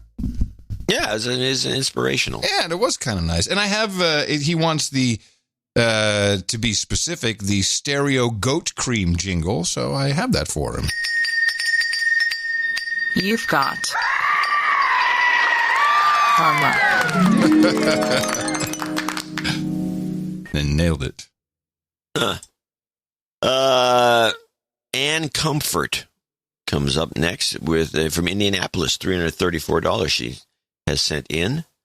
Please accept this donation to the best podcast in the universe. The donation should finalize my damehood status. My husband hit me in the mouth 5 months ago. When I became an avid listener, I insisted I would not be a freeloader. My goal was to be a dame by my July 4th birthday, and here we are. Wow. Since my husband has been a No Agenda podcast listener for several years without contributing, he needs to be called out for being a douchebag. Douchebag. A dame certainly cannot be associated with a commoner, so we'll now work on his status. Commoner. For the round table celebration, I would request the king crab legs and jumbo shrimp be added to the menu. Please play That's True and Kiss My Ring and send out some goat karma to all. Thanks for keeping us sane during these insane times. The now Dame Swanee, other contributions showing she goes on with some accounting. That's interesting. I was like, that's true, obviously I have, and I'm looking for... Kiss my fat ass! Oh, no, that's not the one. Okay. Oh, that's a different one. That's true. You may kiss my ring. There we go. Wow. You've got karma. I don't even know. Wow. It's amazing. Where does that come from? Glad you got that one. Guy Burton in Brackley, Northamptonshire in UK, 33333, and he says, thank you for your courage. Jobs karma. Oh, beautiful. Thank you for your courage with the magic numbers. Jobs, jobs, jobs, and jobs. Let's vote for jobs. You've got karma. And you may take the next one, which is overflowing. In the morning, gents, happy Treason Day on the 4th, as we are all colonial traitors. Today's donation brings me to knighthood, and this is Jason Denny from Madison, Alabama, 333. This also scratches off 2 more items off my Phase 1 No Agenda bucket list. Knighthood, done today. Executive producer, today. Douchebag donation, check. Associate executive producer, check. Album art winner, check. Favorited on Twitter by both John and Adam. Woo! Check. Wait. But did you get a retweet from either one of us? See, that's what you're looking for. Well, but you won't get that from me anymore because I don't use Twitter except for promoting this show and the other show. Yeah, you're on No Agenda Social all the time. It's kind of fun to have you there. It's fun. It's good, isn't it? You can actually. It's kind of better. I feel you can. Oh yeah, well it's the same. You know, I tried Parlay. Oh, Parler? Yeah. Parler? Yeah, Parler. I tried Parler. And did you give them your phone number and your social security number and your credit card? Because that's what they asked for. I gave them a Google phone number. But it's uncomfortable. I can't explain why, but it's not a comfortable system. Huh. And so you just don't feel, it sucks. So I didn't even go any further, but No Agenda Social. No Agenda Social feels fine. It's got a nice feel to it. You feel like the other one stinks. Hey, is the money truck done backing up to your house, or what's going on? That is you can listen to that. That is a truck of pipes. Oh, okay. Backing up all the way down the street to drop some pipes in the ground. To lay some pipe. All right. So back to the note here from Jason Denny. So yes. Favorited on Twitter by both Adam and John, donated from a foreign country, Afghanistan, check mark, nice, contributed to John's collection, a Travis Bickle action figure, taxi driver, still in wrapper, check mark. Do you remember this gift? Yeah, that's a long time ago. Yeah, well, it's part of his bucket list. I didn't know that this existed. He's got a huge bucket list. Well, now still open, something for Adam's Cludio wall. Well, I don't have a Cludio anymore. I have a studio. So that is still open on the list. An invite to No Agenda Social, which I sent him already. So that's checkmarked because I saw the email come in. He goes, for years, I've been a proud listener of the best podcast in the universe, according to the World Health Organization. For years, you've provided my family and me a passionate yet unjaundiced view of the continuing clown show we call America. As a result, our collective amygdalae have remained small, and all of us have directly benefited from the outstanding mental hygiene your show provides. It's a therapy, actually, but you can call it a show. Whether it's my young daughter echoing, "That's true," in the house, or my teenage son and I interacting with the show while following the unofficial participation guide. I wonder what that is all about.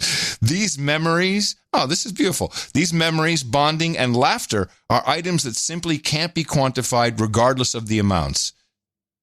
For this, I humbly thank you both. I'd like to give a shout out to my perfect paratrooper wife, nice one, Kelly, to my friend and mentor, Sir J-Boy, and to my tough-as-nails mother, Louise. Please knight me, Sir Desert Finn of the Rocket City. We're looking forward to that special request. Can John toss the sword in the air and catch it before the knighting? And can Adam perform the knighting in his crazy Dutch accent? Wow, he's really going out, but I feel kind of compelled to do this. I do have a sword that's balanced in such a way that it's flippable. Are you sure? I don't want to hurt yourself. We haven't really done anything like that. Yeah, I've done this before. Right. He wants, what does he want here? Champagne and Chippendales at the round table. We already have enough hookers, geishas, etc. It's time for some eye candy for all those dames. All right. Respect, ladies. End of show requests if possible. Zika, Zika, Zika. We're pretty full up for today, but I have these requests for you. Fear is freedom. Subjugation is liberation. Contradiction is truth. Those are the facts of this world. And you will all surrender to them. You pigs in human clothing. Oh my God, that is Jobs, jobs, and jobs. Let's vote for jobs. You've got karma. Sometimes they just sound funny. They do, I know. Anonymous in Austin, Texas, $333. Listening to the show while sitting here, Anonymous writes, for the doctor to call me back, I could use some cancer karma. Can we keep my name anonymous? Yes, of course. Not trying to scare my friends quite yet. Yes, of course, Anonymous. I hope this works. We've had good results. You've got karma. Sir Kevin of the Burning River in North Olmsted, Ohio, came in with the 250, and he's the first associate executive producer of 4. The EU has stolen Beethoven's Ninth and castrated it by removing Schiller's poem and the reference to God. Take back the Ninth. Yes, we knew this. We knew that they had done this. They've hijacked it. And then they took, and of course, there's a bunch of atheists, so you have to take out out God. God. Of course. It's, hey, can't someone, get a license dispute going with that song? It's like the EU can't perform it. Public domainy? Oh, that's a nice legal term. I got to remember. Very public domainy. Public domainy. Eileen Sauer, the Dame Zelda of the Turtle Realm. We've heard from her. $250. Woo. She, happy anniversary to my awesome partner, hubby, and his best friend, and somebody's best friend, Drew, maybe hers, Drew Sauer. As of July 2nd, it will be 44 years. This donation should make you an associate producer. This is another one you got to transfer. And move you down to Pat tonight, who love you, pal, Dame Zelda of the Turtle Realm. So this goes to Mr.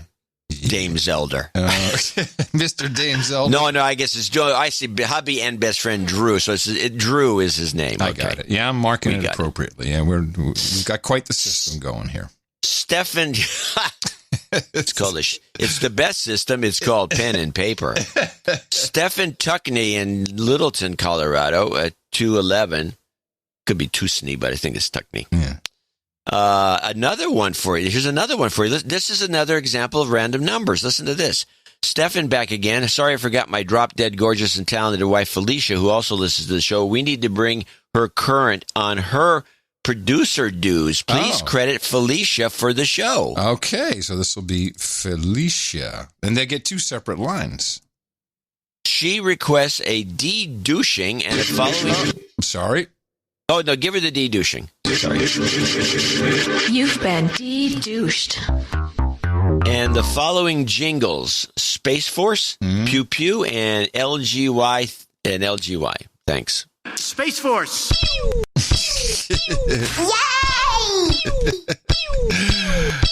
I love that people get a kick out of that. This sounds so stupid. Anonymous in El Segundo, California wraps it up today with $204.20. Please keep my name anonymous. Then he writes his name down. Please read this donation.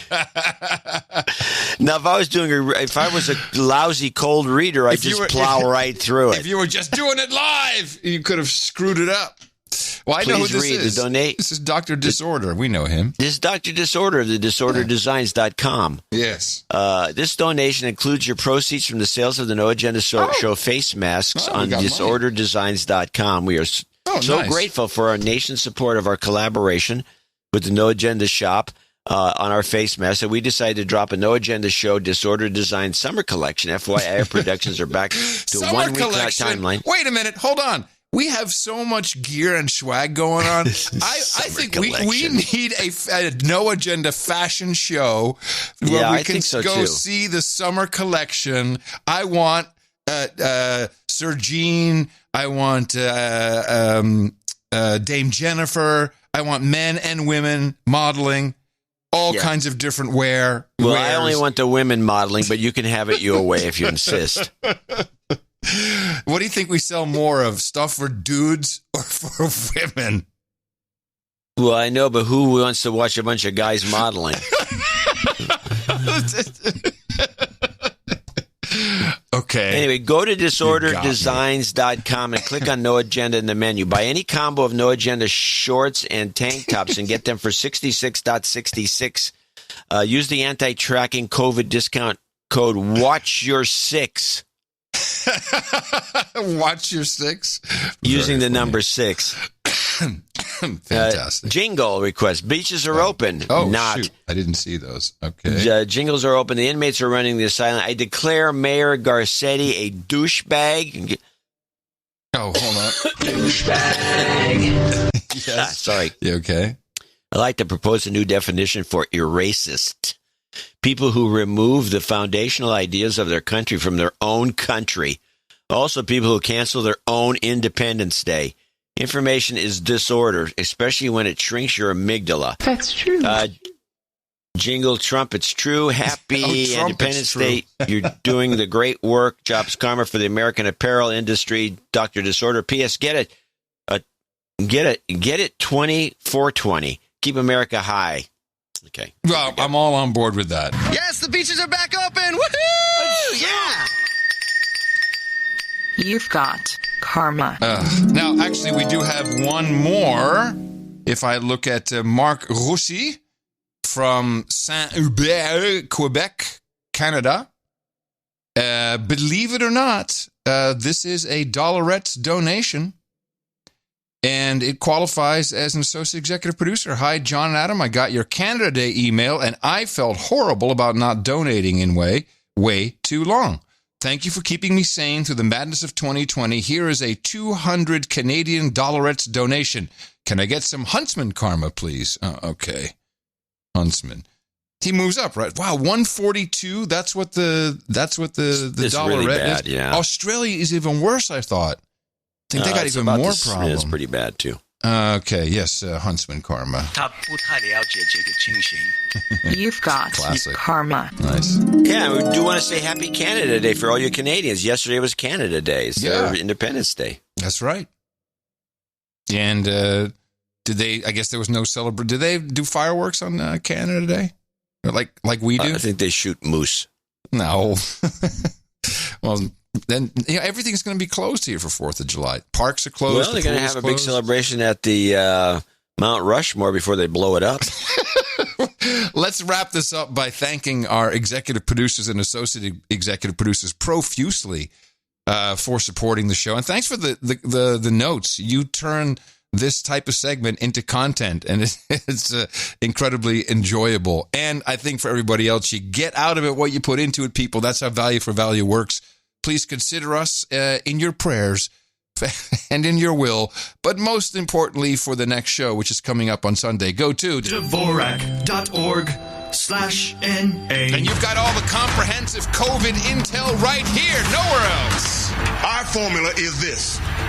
We go out, we hit people in the mouth.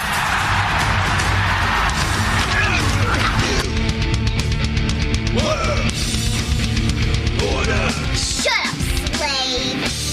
Shut up, slave. Yeah, actually, I heard for one of the millennials that there's a rumor going around that the coronavirus pandemic is a curse because of the Cats movie trailer, and that's what brought it on.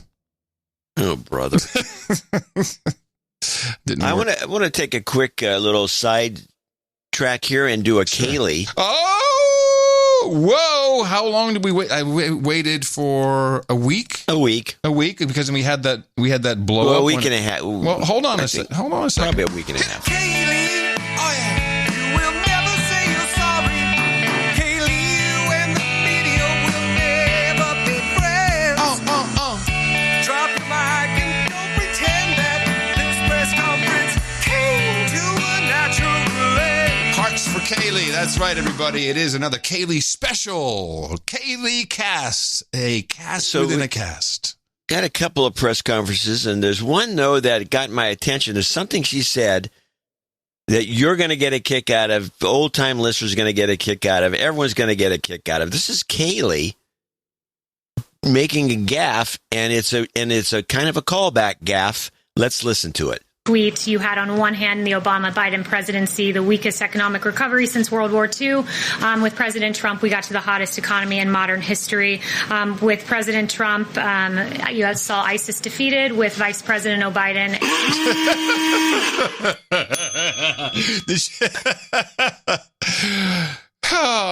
So many people used to say that. Remember how often nobody that would come caught up? This but me. This is an exclusive to the No Agenda show. Oh my goodness! Once again, proving how good we really are. Nobody's listening to anything. Let me see. So on one of the press conferences, she does a walk off. Oh, Biden. Oh, Mike. Oh, Biden. She said, "Oh, Biden." Oh, she did it. Okay, what do we have? Okay, I got two left. There's only two more, but there's one of them. Can I make a suggestion? Yeah. These clips, you can play 3 or 4 of these, like make them a little longer. Kaylee is fabulous entertainment when curated. Yes, but I'm gonna relish these. Okay. So this is a long one. This is 2 minutes. Oh, but this long is, Kaylee. This is where she does a walk off, okay. And it's, again, the 3-step process. Somebody asks a question, and she answers it, and then they ask the same question again, so she's snarky, and she answers it again. They ask it a third time, and then she slams them and walks off. And it starts with the second question, because the first question has been asked, and she's fed up, and just getting near the end, and she's gonna do a walk-off on the New York Times guy. Thank you. So one question follow-up and then a separate issue. I just want to be clear, there are congressional leaders who are being briefed on the Russia situation, but the president has still not been briefed on the situation? Look, this has been asked and answered. The president is briefed on verified intelligence.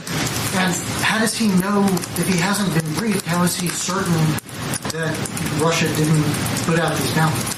The president is briefed on verified intelligence. And again, I would just point you back to the absolutely irresponsible decision of the New York Times to falsely report that he was briefed on something that he, in fact, was not briefed on. And I really think that it's time for the New York Times to step back and ask themselves why they've been wrong so often. The New York Times falsely claimed Paul Manafort asked for polling data to be passed along to Oleg Deripaska before having to issue a correction. In June of 2017, the New York Times falsely wrote all 17 intel agencies had agreed on Russian interference before having to issue a correction that it was only 4 agencies. In 2017, February of that year, New York Times published a story claiming Trump campaign aides had repeated contacts with Russian intelligence, which even James Comey has said was almost entirely wrong, New York Times.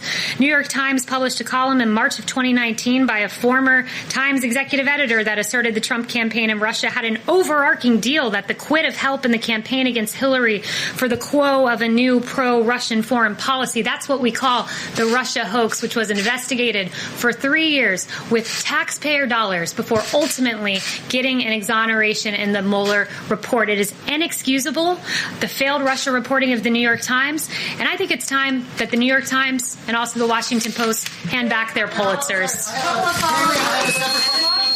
The president condemned white power, Haley. Why hasn't he condemned that tweet? Why hasn't he condemned white power? Why?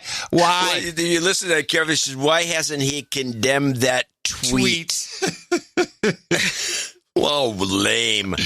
Oh, so she had another. She didn't do. Hey, can I ask you? Wait. Can I ask you a question? This one. I'd like to introduce a little more to the segment.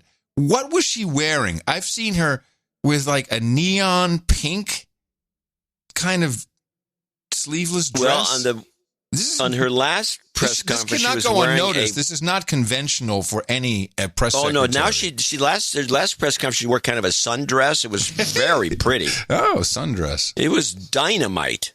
Just a lofty little thing, just kind of... No, it had all kinds of flower. It was really just a pretty, very unusual office attire. Let's put it that way. Mm-hmm. It was more of a like unusual. This is a show title right there. Unusual office attire. Yeah, it just looked good on her.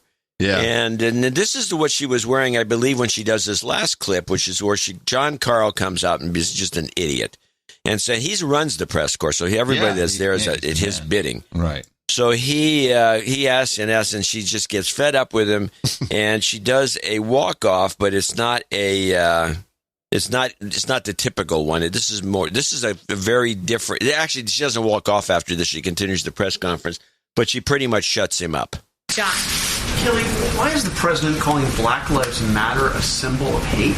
Well, what the president was noting is that that symbol, when you look at some of the things that have been chanted by Black Lives Matter, like pigs in a blanket, fry 'em like bacon, that's not an acceptable phrase to paint on our streets. Look, he agrees that all Black Lives Matter, including that of Officer David Dorn, Patrick Underwood, 2 officers whose lives were tragically taken amid these riots, all Black lives do matter. He agrees with that sentiment. But what he doesn't agree with is an organization that chants pigs in a blanket, fry 'em like bacon about our police officers, our valiant heroes who are out on the street protecting us each and every day. Americans of all... What'd she say, valiant? Is that what she said? Came out kind of weird. Valiant heroes who are out on the street protecting us each and every day. Americans of all races have protested in all 50 states around that phrase, Black Lives Matter. And the president is here calling it a symbol of hate? He's talking about the organization. I would note to you that the Greater New York BLM president has said if this country doesn't give us what we want,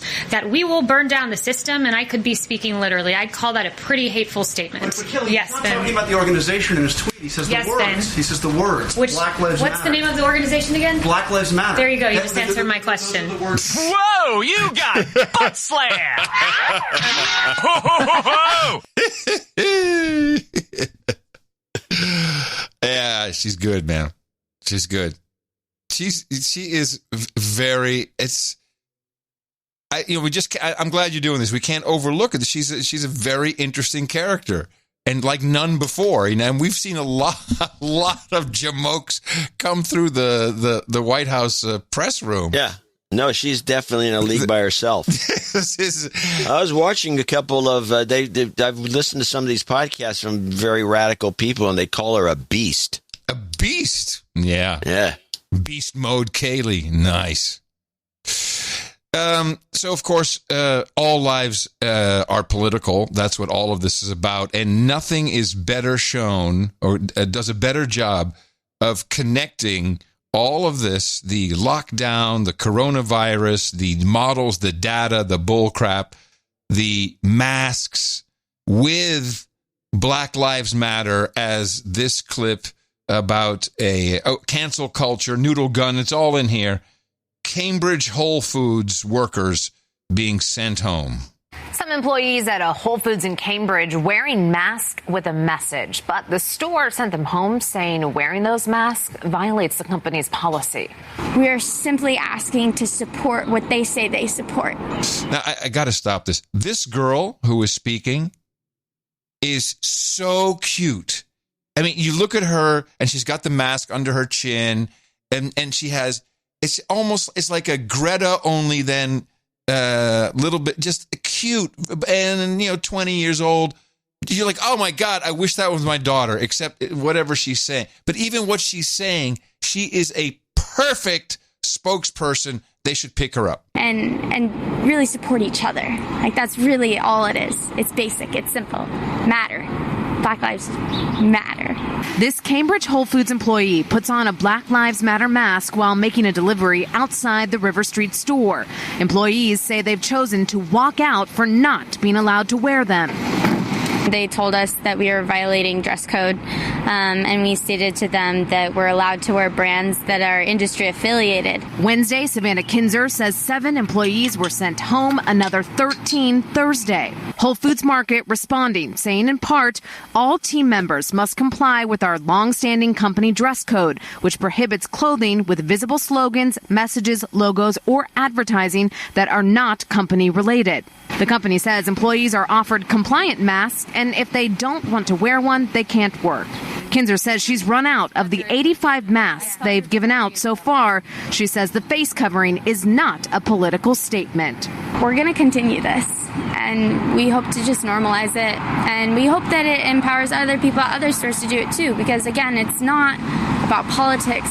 It's simply about inclusion and equity and making sure that everyone feels welcome at Whole Foods. It's not about politics. It's inclusion and equity. These are not about EDI. Yes, it's not exactly. It's not. Hey, you know what? Calling Robin DiAngelo. There's a gig for you at Whole Foods, corporate gig. Can you imagine how much money she could make? Whole Foods. There's millions and millions. Oh yeah. So went to the Whole Foods once over here, and it's like there's a person that's waiting on me. He's got facial tattoos. Ears are gauged. They're about the size of a 50-cent piece. A bone in her nose. No. Yes. No. A bone. Bone. An actual bone. Okay. Unbelievable. Yeah. So what's your point? You're making a point with that? I'm just thinking they're just a little selective, it seems, with their enforcement. Here's an interesting clip. Oh, by the way, let's get this out of the way. A little news story. Chaz has been cleared. I have the King 5 report. Oh, goody. The 1st of July met with quite the activity in the downtown Seattle Capitol Hill core.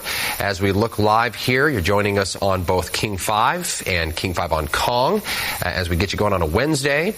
An emergency order from the mayor of Seattle was issued overnight demanding that everyone and anyone in the Capitol Hill organized protest zone, or CHOP, be dispersed, be removed from that particular street corner, including Cal Anderson Park. That was at 4:58 this morning that order was made public. It was right at about that time that we saw Seattle police clearly in a fortified position, a very well thought out response, moved in those early morning hours when most people were asleep and reclaimed the streets. As our Michael Crow put it, they outnumbered protesters 10-1. Oops. And they made quick work, 20 to 25 minutes or so of brief confrontation, but otherwise peaceful clearing of the CHOP. As Michelle just mentioned, 23 arrests made, multiple weapons seized, and the work now continues still. It's not over yet. Police were investigating some suspicious vehicles that were driving around. There was concern about the West Precinct, which is a mile and a half or so from the east. The police chief putting those fears to rest. She's saying everything appears safe right now. Police have moved back into the East Precinct. to clear the building. It has been deemed safe. And now we watch live over Sky King as the cleanup begins. Our country is whole again, America. The rogue state of Chaz Chop has been annihilated. Good work, citizens. Yeah, didn't this all come down after they started camping out outside the mayor's house? That's a good coincidence, yeah. That's when the order came down. They were hanging out at her place. I'd like to go through a little list of Black Lives Matter initiatives and interesting little tidbits I've been saving throughout the week, which could flawlessly fold into a few noodle gun hits. This is something that you called a long, long time ago. This was back when Cap was taking the knee for the first time, the national anthem change, and it seems that John Lennon's Imagine is cropping up again somehow as which is the most socialist song in the world. Oh, yeah. Imagine there's no heaven, no God, no hell, just us. We're all love. Everybody gets along. All right. Here's something that I find very sick. So Antifa has been, I think it's on the 4th of July, they plan to protest the Gettysburg battle by vandalizing soldiers' graves. And Tennessee, just in a related story, has approved a plan to dig up and remove the remains, for this reason, of Confederate General Nathan Bedford Forrest and take it somewhere safe. So what kind of movement is so sick that they're not satisfied until the actual dust of the dead people has been eliminated from the earth? Isn't that just really sick? I think it's perverted, that's for sure. Perverted, maybe that's that's better. Perverted. It's like, wow, it's like, what is your problem? The NBA will be painting Black Lives Matter on both sides of the court for upcoming games. The Premier League in the UK has already started playing with fake cutouts of you can actually pay for your own cutout. I think they had 500 cutouts in the stand, so it's just a picture of you sitting on a stool. Oh, so cool. People also have the option of the sweetened sound with the crowd or just the field. A lot of people like listening to the field because they can hear the players yelling at each other. But the majority of people have decided that they like it with the phony crowd noise, that they like that that's better. Too bad because we get to hear these guys cussing at each other and talking trash. It's a choice. It's dual language is a much more prevalent usage in Europe and the UK. So it's just a button on everybody's remote control, and you get a different language.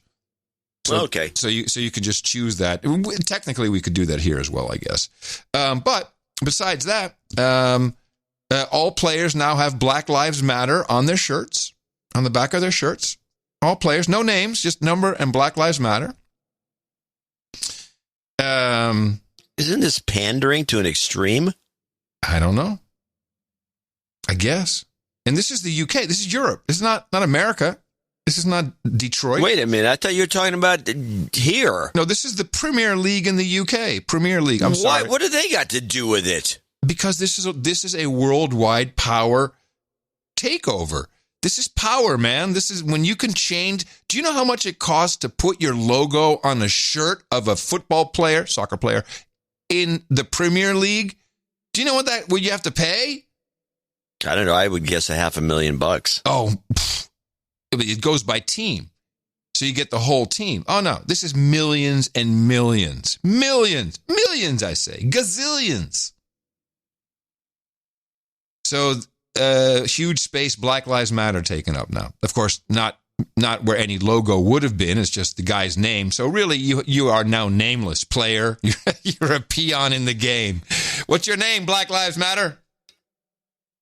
Adam Silver says he hopes the NBA can find some kind of mutual respect with China. I'm not sure why I had that here, but I guess for the sports thing, I don't know. I don't know what's going on there. What? Yes. That's actually the most extremely subversive thing in the list. Well, let me bring it up here. That's probably why I put it in there. NBA Commissioner Adam Silver wants to have a, quote, mutual respect with the Chinese government. The NBA in China had a gigantic falling out. Okay, that's because, I guess they haven't patched it up yet. China still think you asshole. Yeah, and of course now we have good. I got a China report later. Yeah. Stick a pin in that. My favorite phrase. Here's the noodle gun stuff related to Black Lives Matter.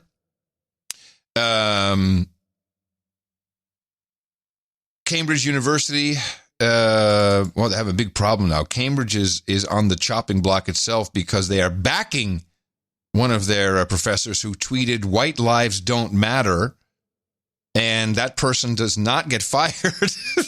So Cambridge is protecting, Dr. Primivada Gopal, 51, who teaches in the Faculty of English at Churchill College, and had tweeted, "White lives don't matter," and is I think is now tenured by Cambridge. Good work. Good work.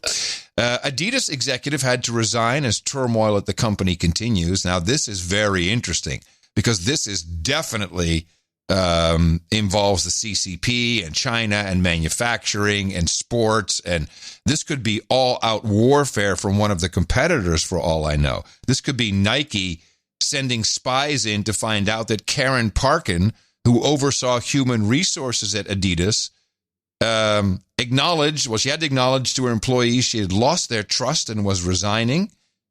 Weeks after a number of black employees pushed for her ouster amid a wider outcry that what she had said over what they said were past acts of racism and discrimination at the company. And the only allegation I can really find is that she said, "Oh, this Black Lives Matter stuff, it's just noise." And so that's, there may be a history there, but for the human resource director to get noodle gunned is... that is the great irony. It is a really good one. I of like all it. Times. Yes. The human resource director getting the noodle gun. Wow. Now, regarding the Stop the Hate campaign, which many big corporations are pulling out of advertising on FaceBag for at least the month of July, some until the end of the month. You are absolutely right. This makes no difference to the FaceBag. In fact, Mark Zuckerberg, and I think this is a Bloomberg article, he's pretty arrogant about the whole thing, even though big brands have stopped advertising. Facebook CEO, it is from Bloomberg.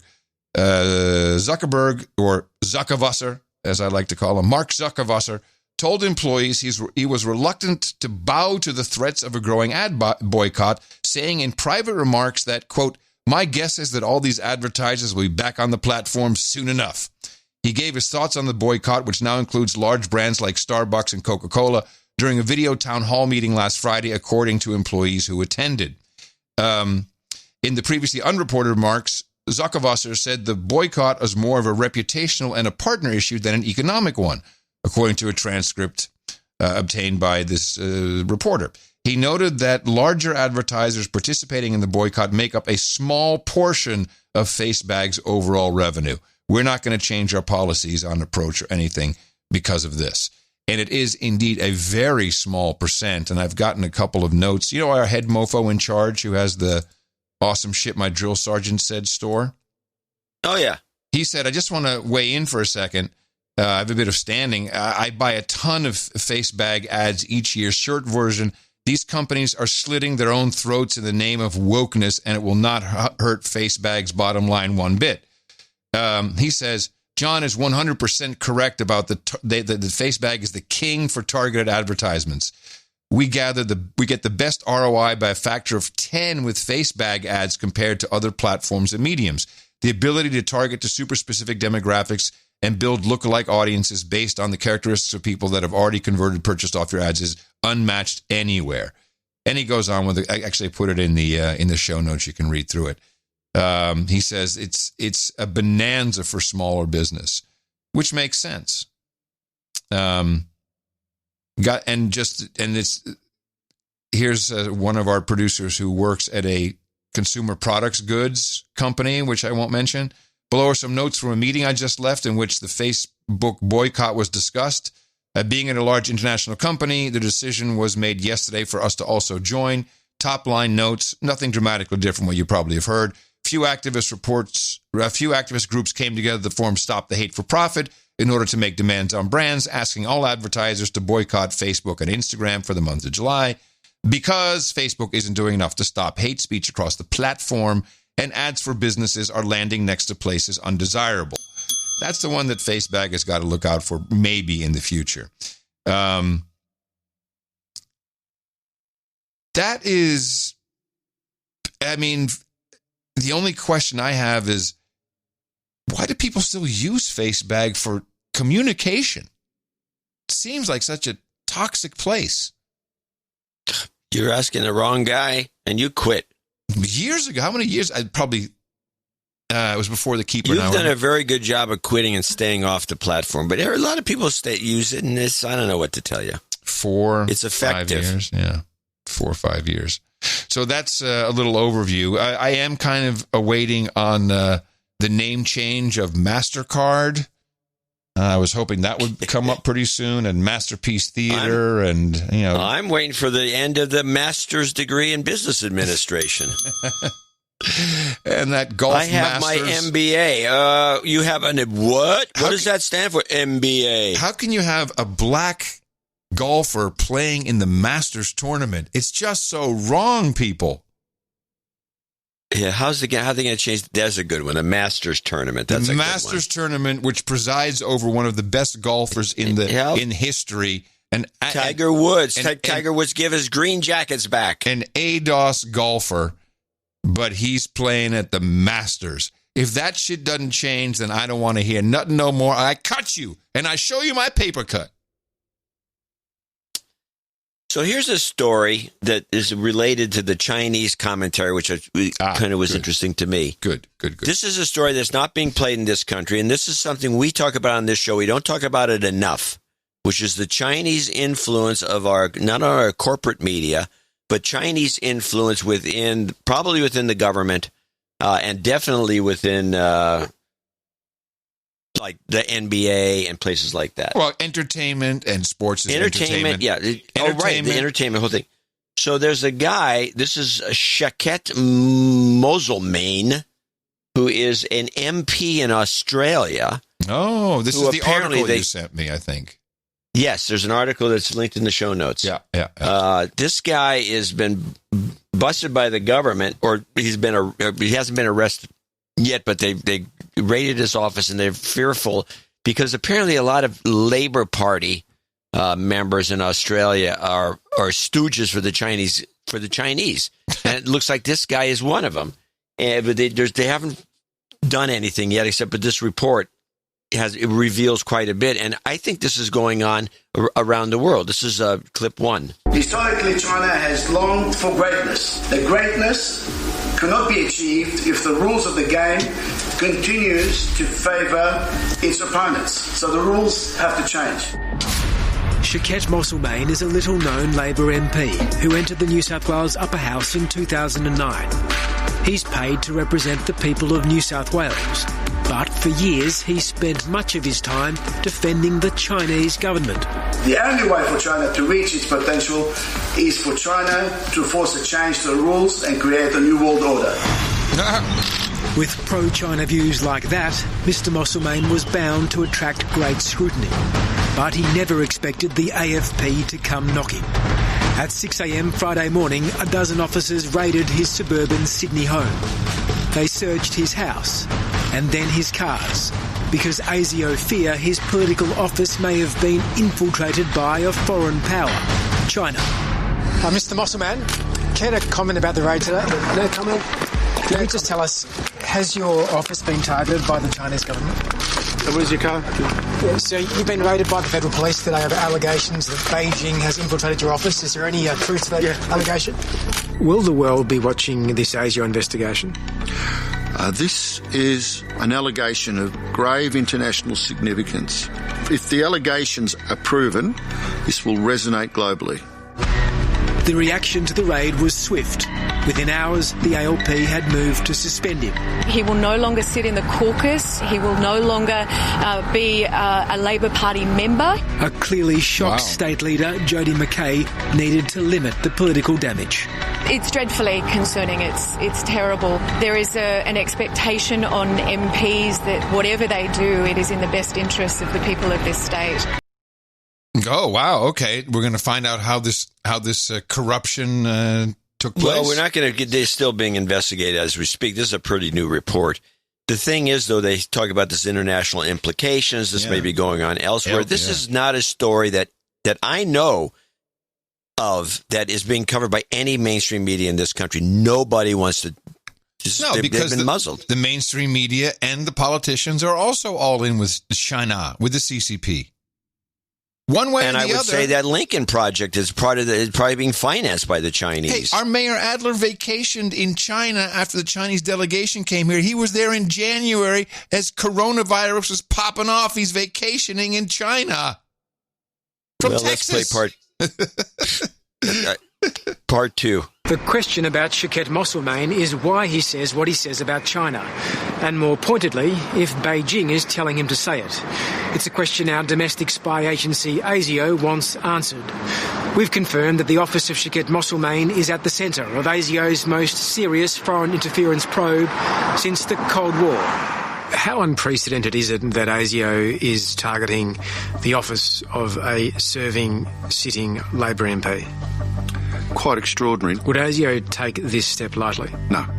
Neil Fergus is a veteran intelligence expert. What would ASIO be looking for? What evidence trails would they be following to confirm, one way or another, if Shaukat Mosselmain's office has been the target of an infiltration plot? What they would be looking for is whether the person is taking instructions. So the communications between a person who is a suspect in this situation and people who would be providing instructions. That becomes key because it means they're not using their own independent thought processes or working within their own political structure. They are a tasked individual. It's not just the speeches Mosselmain has given praising Beijing. In the last decade, he's visited China more than 10 times, and some of his expenses there have been picked up by officials. It must be stressed, though, that no allegations have been proven. They are simply being investigated. It's also possible Mr. Mosselmain may only be an unwitting victim of a Chinese government influence operation. You know who they need over there. You know who they need to call if they want to get to the bottom of this. Who? Robert Mueller. Mueller. He could do a report for him. Yeah, it's the same thing. He's like, oh, man, you corrupt the Chinese. No, man, I was just over there hanging out with some hookers peeing on the bed. So this wraps with a mention that there was another Labor MP that was being financed by the Chinese, but he wasn't quite the tasked individual that this person seems to be. And again, reiterate the fact that this is not being discussed in this country at all, and this is a major scandal. Well, may I offer one of the obvious reasons why this cannot be raised right now by the mainstream M5M media is putting the CCP or China in context of political corruption kind of turns the focus back to Joe Biden and Hunter Biden, and you know what I'm saying? Oh, yeah. Can't have that. You're right. Can't have that. It's the wrong time to be talking about that. Got to get Biden in first, and then we can go after him. I have some thoughts about that. All right, so what's this final bit? This is the just a kind of a semi-conclusion. The ALP has an ugly track record of some in the party pushing the agenda of Beijing. Whose side is he on? In 2018, Federal Labor Senator Sam Dastyari was forced to stand down after a scandal over his dealings with a Chinese political donor. Were you short of cash, though? No, look. Because, Sam, you haven't answered why you got this company to pay that bill. No. Dastyari's downfall has clearly had little impact on Mr. Mosselmain's cosy friendship with China. Can you just tell us Has your office been targeted by the Chinese government? Hours after the AFP came knocking on Friday, So you've been raided by the federal police today over allegations that Beijing has infiltrated your office. Is there any truth to that allegation? Mr. Mosselmain and his lawyer left home while agents continued searching his property. Thank you. Thanks. We also tried to speak to Zhong Zhang. The person you are calling is not available. He could not be reached. Should ASIO not be expected to put some evidence into the public domain if it's taken this significant step of surveilling, tracking, watching a serving politician? It's absolutely incumbent upon the federal government to do that, even if there are matters that are dealt with behind closed doors. We can't have somebody's name traduced on the basis of an unproven allegation as serious as this. That's not acceptable in a democracy. Does he have a place in our parliaments? Well, there is no place for someone in our parliaments if they are taking instructions from a foreign power. Wow. Yeah, but we knew shit was going down with them. Remember that report that came out a couple months ago? No. Yeah, it was also almost not. Well, let me see. I'm going to go to Bingit.io. It's my favorite no agenda show notes search engine. Yeah, it was. We need a jingle. Just Bing it. Just Bing it. Just Bing it. Bing it. You doing it live is better than the jingle itself. Yeah. Yeah. No, seriously. Fabulous. Just Bing it. Just Bing it. See? Let's see. Well, first, by the way, should mention this. Australia has been under cyber attacks that did pop in the news for a day, but then it kind of went away. And they suspect China has been cybering them. What was that other report? China's out of control. Well, yeah, I think they are. And they took like 60 miles of land from India. Oh, yeah, this is causing nothing. But we have not discussed this on the show in any detail. We need some feet on the ground, and we can also do some research. But yes, this is a problem for both these countries. Well, this is the Bhutan region, isn't it? Isn't this whole fight about water mainly, about the hydroelectric not sure. I don't know. capabilities we of need it? To, yeah, I think so. Shift our attention. Well, we also yes. Well, here's what I've got on the CCP, and I'm careful to say CCP because I'm sure Chinese people are nice. You know, the awkward culture things. Okay, we'll figure that out one day when we really integrate you. So this security law passed in Hong Kong, and from what I understand, the CCP, China risked, and Hong Kong risked being cut off from the world financial system, kind of like in Iran. You know, like no longer do you have access to the bourses, to the trading floors. We cut you off from SWIFT. I mean, that's all just, a pen stroke away, basically. And they don't care. Yeah, well, Hong Kong is kind of the Chinese. That's where the money is. So that's where their money is. But they're trying to move it all to They're trying to. Oh, okay. So they're going to try and gut it. All right. Yeah, gut it. Just gut it. Tencent, just to follow on what we're talking about, has taken an additional $3.3 billion stake in Universal Music. And why not? This is how the entire Prince catalog, you can now do karaoke and sing along and put little clips on your TikTok videos. Prince, who wrote slave on his face because he was a slave to the music companies, and he was fighting for control of his music. That guy has now been whored out posthumously to the CCP so they can put his music on TikTok of people dancing. Wow. The only artist I've ever collected and kept vinyl albums of is Prince. Is very insulting. Yeah. Meanwhile, India, of course, in this war, they've banned TikTok and 58 other apps as this TikTok app. This is, oh man, it's. I mean, I could do an OTG segment every single hour of the day there's so much going on with spying on apps, and certainly this TikTok. It's crazy. Do not use these things, people. They do not have your best interest, and it's a messaging platform, just like YouTube. It's a messaging platform. They take away or they algo out what they don't want you to see, so you see one particular message. And that's, and maybe you see a lot of videos with people wearing a mask. And pretty soon, happy people putting a syringe in their arm at the doctor's office for a shot. Well, let me play a clip, which is talking about this. Somebody sent me this. One of our producers sent me this clip. It's Jimmy Dore, the comic. Yeah, sure. Well, but apparently, the lefty comic.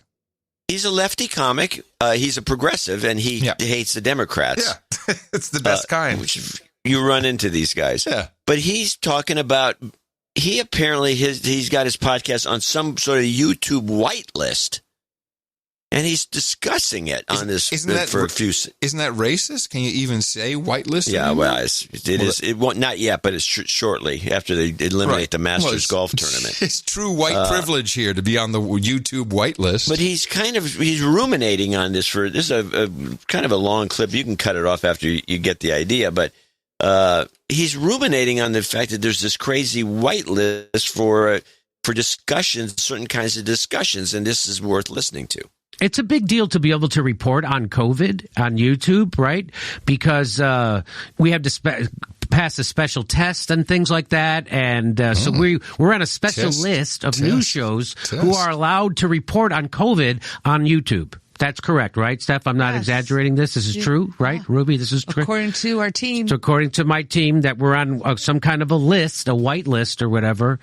And so we've been approved to be able to be monetized when we talk about COVID, even though that's not always the case. So anyway, and you're not allowed to say anything that doesn't go, if I link to a study or something that's not like verified or something, that's not okay as far as YouTube goes. So it's only like CDC guidance, and it's got to come from the government and all that stuff. Well, what happens when the government's lying? Because as I have said here before, the government is the biggest purveyor of fake news next to the mainstream news media. Those are the two biggest purveyors of fake news. I should uncritically take what the CDC says. I should uncritically take what Fauci says.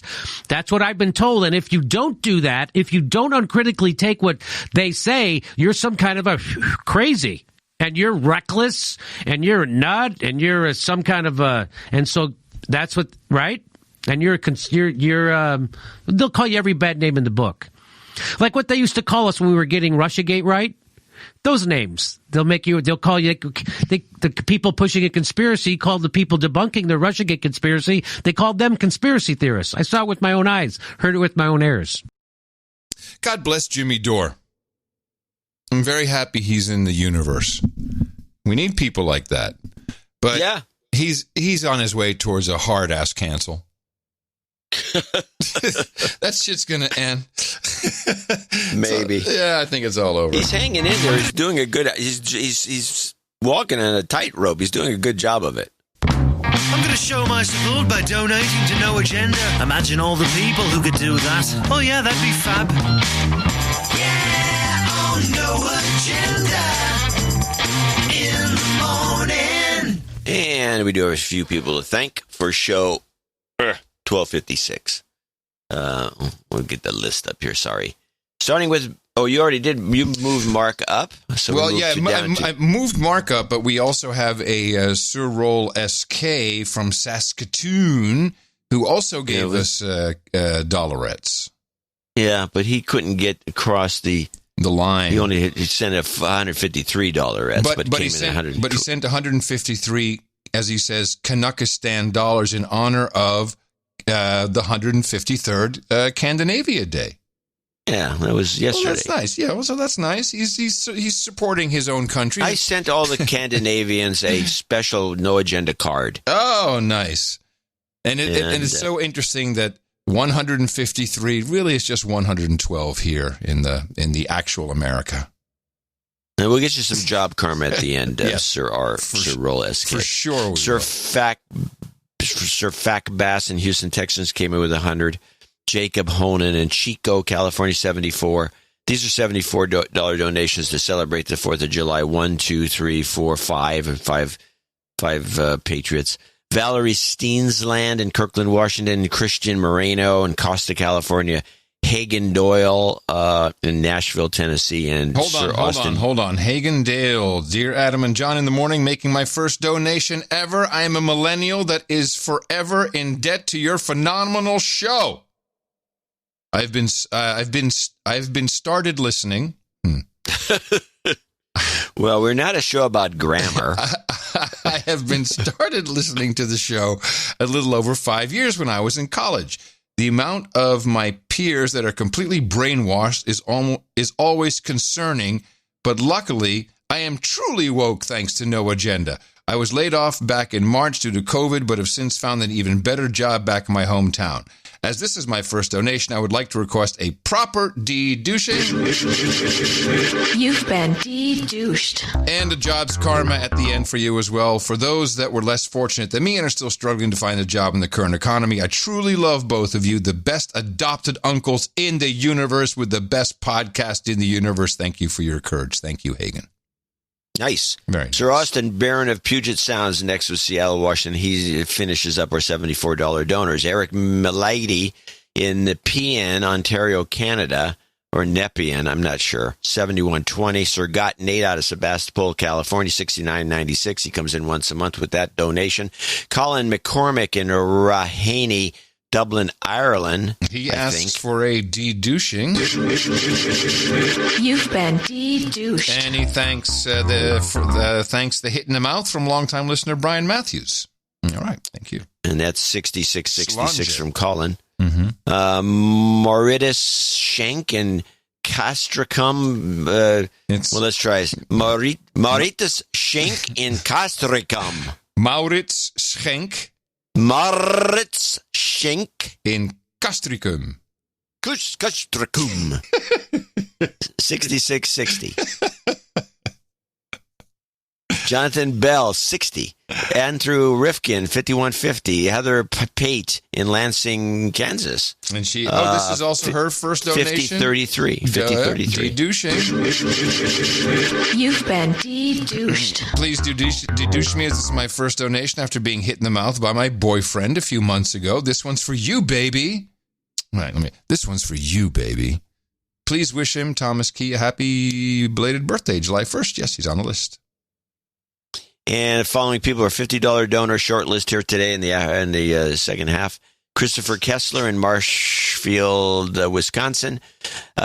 Zadok Brown III. Douglas Engstrom. Michael Janoski in Lindora, Pennsylvania. Bradley Ledden.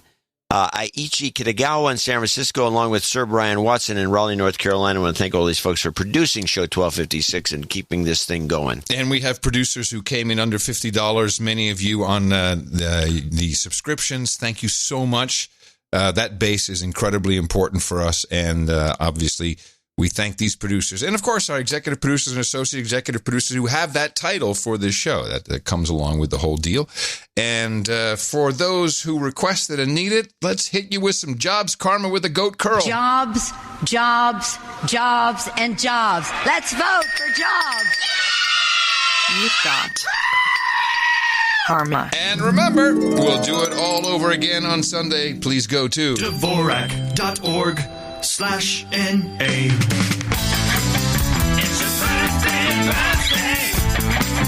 on No Agenda. Yo, today is the 2nd of July, 2020. Whew, my goodness, it's moving along quite fast, isn't it? Birthdays for today, Heather Pate, or Pate, I would say, Pate, says happy birthday to her boyfriend Thomas Key, celebrated yesterday.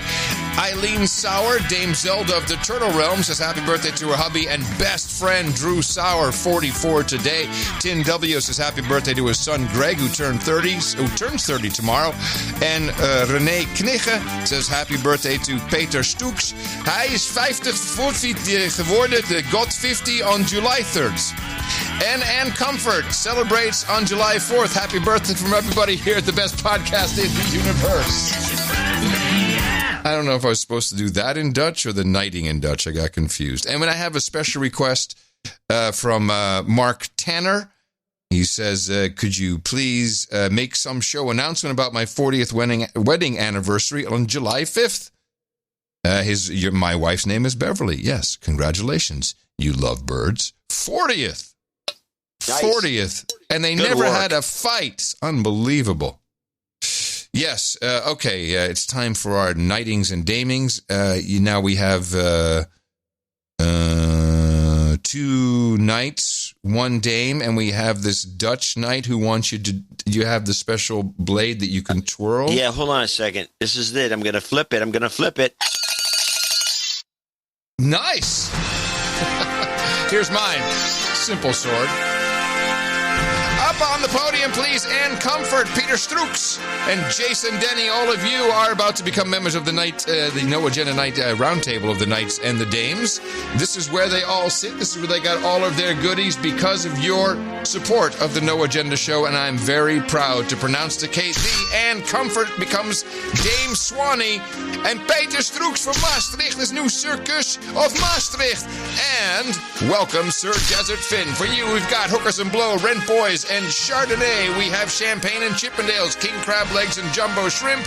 We've got Ginger Ale and Gerbils, Breast Milk and Pablum, and Mutton and Mead.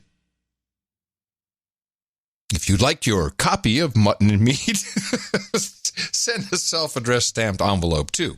Go to noagendanation.com/rings, and Eric the Shill will gladly take your measurements, and we'll get the rings out to you, along with the sealing wax and the certificates. And thank you so much for supporting the No Agenda show. Title changes, turn and face the slate. Title changes, don't want to be a douchebag. One title change today. Baron J.D. Mack came in big. Not only is he executive producer, he is a special club member, show club member, and becomes a Viscount today. Congratulations, Baron J.D. Mack, now Viscount J.D. Mack, and thank you for your courage, sir. No agenda meetups. All right, we're doing it on the fly. We're doing it live. Here's what I've got. Back office didn't get the full info. I'm reading it right off of noagendameetups.com, so it'll go quick. It's something you can do yourself, actually. Today at 7 o'clock is the Central North Carolina meetup at Red Oak Brewery. Saturday, we have the Midland, Texas meetup at 2 o'clock. We've got the Mid-Island, Scandinavia, BC meetup at 3 o'clock. And then the Friday after that, we're looking at Northeast Ohio at the Lizard at 6 o'clock, the Seattle No Agenda meetup at 7:30. And the Saturday after that, Road America IndyCar double header weekend. Wow. 9 o'clock Central Time, AM that is. The New England Summer Pool Party at 3 o'clock, and Kill Devil Hills Outer Banks meetup, 7 o'clock Eastern Time. Please go to noagendameetups.com to find out if there's a meetup near you. If there isn't, it's real simple. Put one on the calendar. Make one yourself. You'll hang out with people who you will enjoy. We guarantee it. Sometimes you want to go hang out with all the nights and days. You want to be where you won't be triggered or held to blame. You want to be where everybody feels the same. It's like a party. It's like a party. Hey, you know what I heard Dana Perino say yesterday? What did Dana Perino say? I like Dana Perino. I think she's smart. Yeah. She said she believes, you ready for it? Biden VP pick?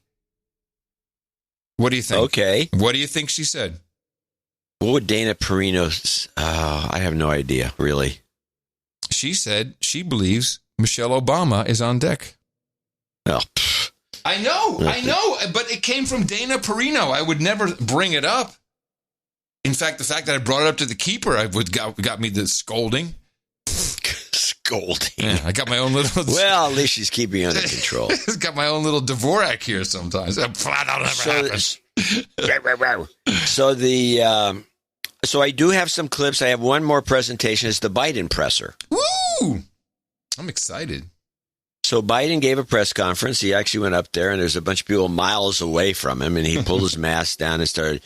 the same thing. It's pretty lively for the first 10 minutes, and then he started slowing down. But he didn't catch anything in the first 10 minutes. I wanted the better part. But I have a three-parter here. This is about Biden being tested. And you have to be careful because there's President Biden not being tested full, and then tested 3. So we want to just play not been tested, the short clip. You have been doing these for the past month, which has put you in contact with more people. Have you been tested for coronavirus? And if so, how frequently are you doing that? No, I have not been protected.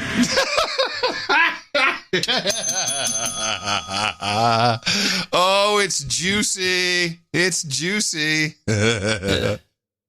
Well, of course, I don't want to be a chicken shit. Yeah. And, make it appear. Yeah, because there was more to it, right? He said something. Yeah, after so let's that. play. This is not being tested full. Okay. You have been doing these for the past month, which has put you in contact with more people. Have you been tested for coronavirus? And if so, how frequently are you doing that? No, I have not been protected. I have not been tested for the coronavirus for 2 reasons. One, I have had no symptoms, as my mother would say, knock on wood. And number 2, I haven't wanted to take anybody else's place in the process. What? What bull crap? I didn't want to take anyone else's place. I'll sacrifice myself. For a test. Who's he kidding? Every millennial dipshit is getting a test. Lying on the form. Oh, that's over. The Travis County judge said no more random testing. They have to be a hospital case. Watch the cases drop to 0 this week. Watch. It's going to drop to 0. It's fucking stupid. I'm sorry to Well, he continues on, and this is the tested 3. There's something in here, too. Okay. My daughter has been tested. She was in Florida she's a social worker working with the Boys and Girls Club. She came home, and before she could come home, she's been tested twice. So to make sure she's clear and quarantined. She lives in Philadelphia, but I haven't yet. I have not been tested yet. Make sure she's clear and quarantined. But the guy's wait, hold on. Wait, you have to take this in. I got to explain this in context. He goes on about a Secret Service, people being tested, anyone around it being tested, and then he says, "My daughter's been tested, and to make sure she's clear." And then he realizes that he says it at the very end. He says, "But she lives in Philadelphia." She's not even there. But she lives in Philadelphia, so it's like a sidetrack he went on, and he tries to recover with some little mumble there at the end. Here's one where he's got his. I didn't take lapses out. This, normally we try to tighten these clips up, but they're no good with Biden because you have to leave the lapses in so you can get the context. Yeah. And I got 2 more of these. I got this one's. This is on the bounties. He's on the bounties of he's all in on the idea that Trump is responsible for Putin killing American soldiers with the Taliban by paying them off. Yes. Yeah, here we go. Makes nothing but sense. You called his inaction on this issue a betrayal. So broadly, what consequences do you think the president should face for that betrayal? And specifically, what do you think Congress should do? Well, look, first of all, Congress and the intelligence committees on the Congress, both parties should demand the facts. This seems to be a moving story. As I was leaving, I had the television on, as I put on my shirt. And I understand there's even some more information that's come out today about what was known. One of 2 things. This president is, he talks about cognitive capability. He doesn't seem to be cognitively aware of what's going on. He either reads and or gets briefed on important issues and he forgets it, or he doesn't think it's necessary that he need to know it. But the fact is that at a minimum, the discrepancy allegedly within the intelligence community as reported, some thought it was more certain and others thought it was less certain. That should be resolved. The president should have on day 1 said, I want you to come before me in the Situation Room and lay out the differences and discretion. Who is saying what? Let's get to the bottom of this. That's a very good question. What are you saying, Joe? Who is saying what? Oh my goodness! And here's another short one. This is where he gets lost in his notes. This is Biden presser lost in notes. This is lost in space. And I think the president's secondly, I think there's a distinction between as the former mayor of New Orleans said, the difference between oh golly gosh.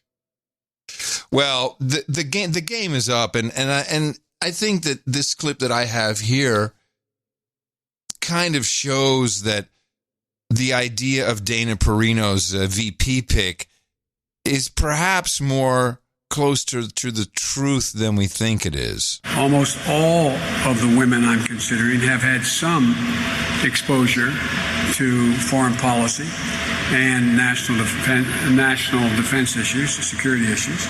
But that is not a minimum requirement. The requirement is that they have the intellectual capacity as well as the temperament as well as the leadership qualities that lend everyone to believe that they would be ready on day one to be president of the United States of America.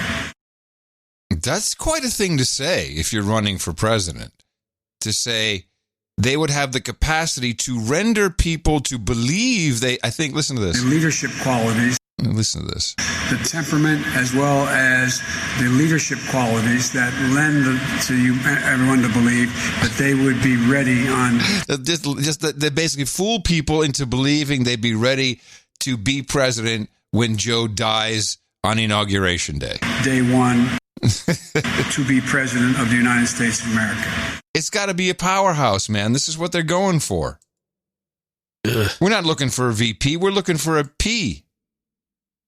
Well, yeah, no, that's definitely the case. We're looking for a P, so this is going to make it tougher. I do have one end of show possibility, which is from the presser. It's not isolated because I never really think of it as an ISO because it's 2 seconds long. But this is Biden presser, and this is the actual clip. This has not been fixed by me. And this is with the three eyes. Okay, hold on.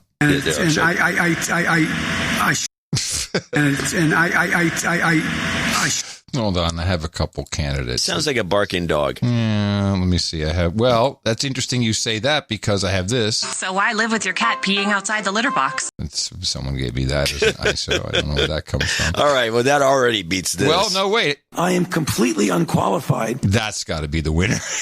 That's Fauci. And this came from, I wish I had the report from this. Someone's trying to say NAACP. NAACP. The NAAPC. I personally think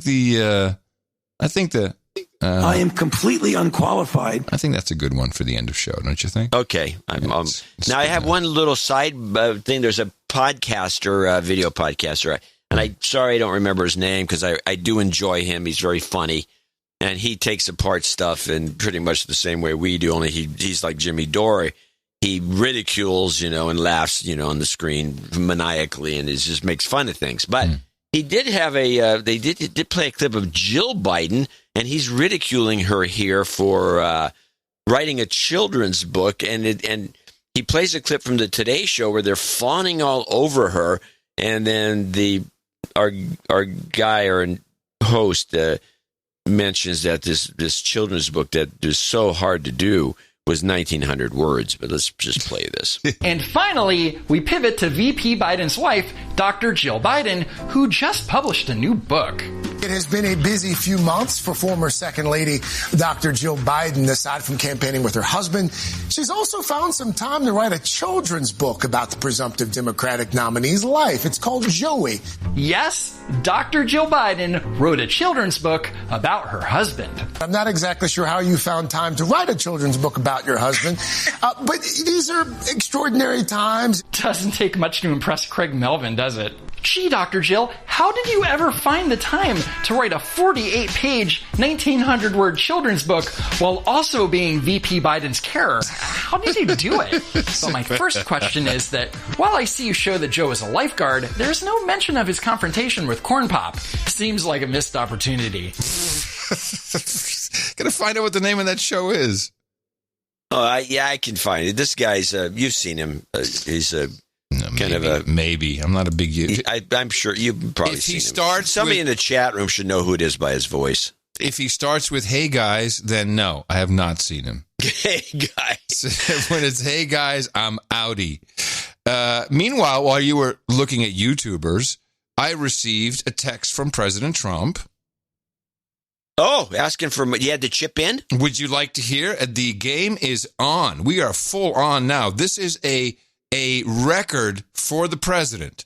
I shall read with all the emphasis, which includes exclamation marks and all caps. Congrats! Pres Trump selected you to be the first ever Trump supporter to receive a 6X match. Oh, yeah. I got this, too. But I was the first ever. You're the first ever. He will look for your name in 2 hours. Claim now. 2 hours. Claim now. You've got 2 hours. He's going to look for your name. So offensive. Yes. That sort of thing is really... I don't know what to irksome, tell you. Man. Well, 6X is the one that really takes the cake. I mean, come on. Who's donating the other money? Why don't you give them more credit? I don't know. Trump's going to do it himself, I guess. If I give him $1, somebody else gives him $6. Apparently, 6X match. Maybe you just get 6 X's next to your name. Who knows? Doesn't mean 6X match doesn't mean that it's actually going to be 6 times the money. It's just it's like 1 hour cleaner. Right. Yeah. You know what I mean? It's just the name of the place. So the two things I thought were interesting. One is the Hawks. Where are the Hawks? Atlanta Hawks. Yep. They have offered, I think, is a novel idea. Instead of mail-in voting, why not turn State Farm Arena into a huge voting station for the upcoming elections? I thought, what a fantastic idea. There's parking. You can social distance your ass off. You can have a flow of people going in one direction in and going out the other. Yep. I mean, what a great idea. This could be done everywhere. And honestly, I don't see why we haven't come up with this before. I like it.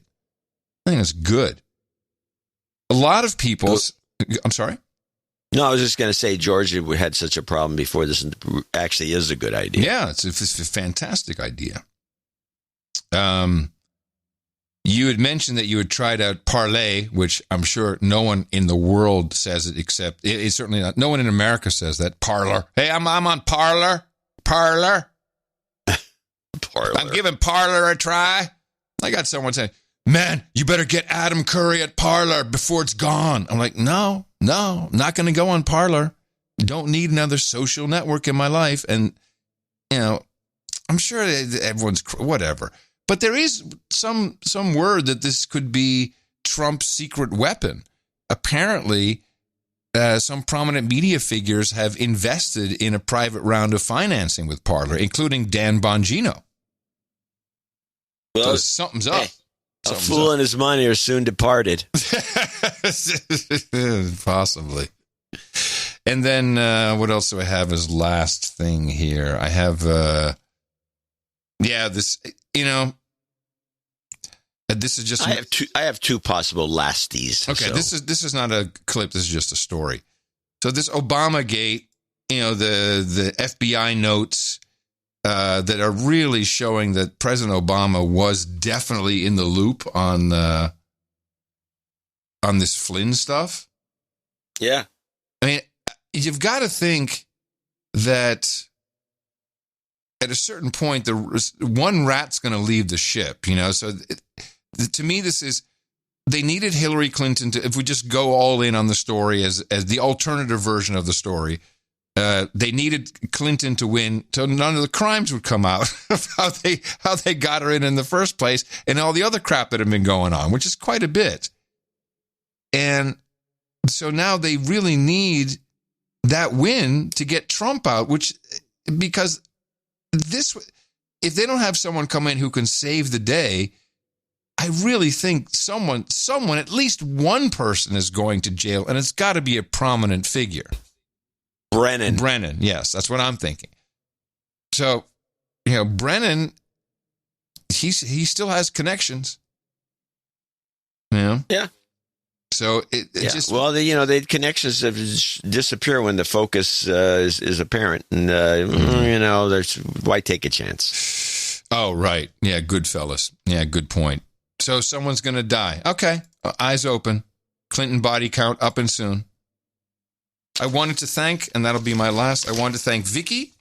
Vicky, who was very kind note. She sent me a gift of the P.O. box.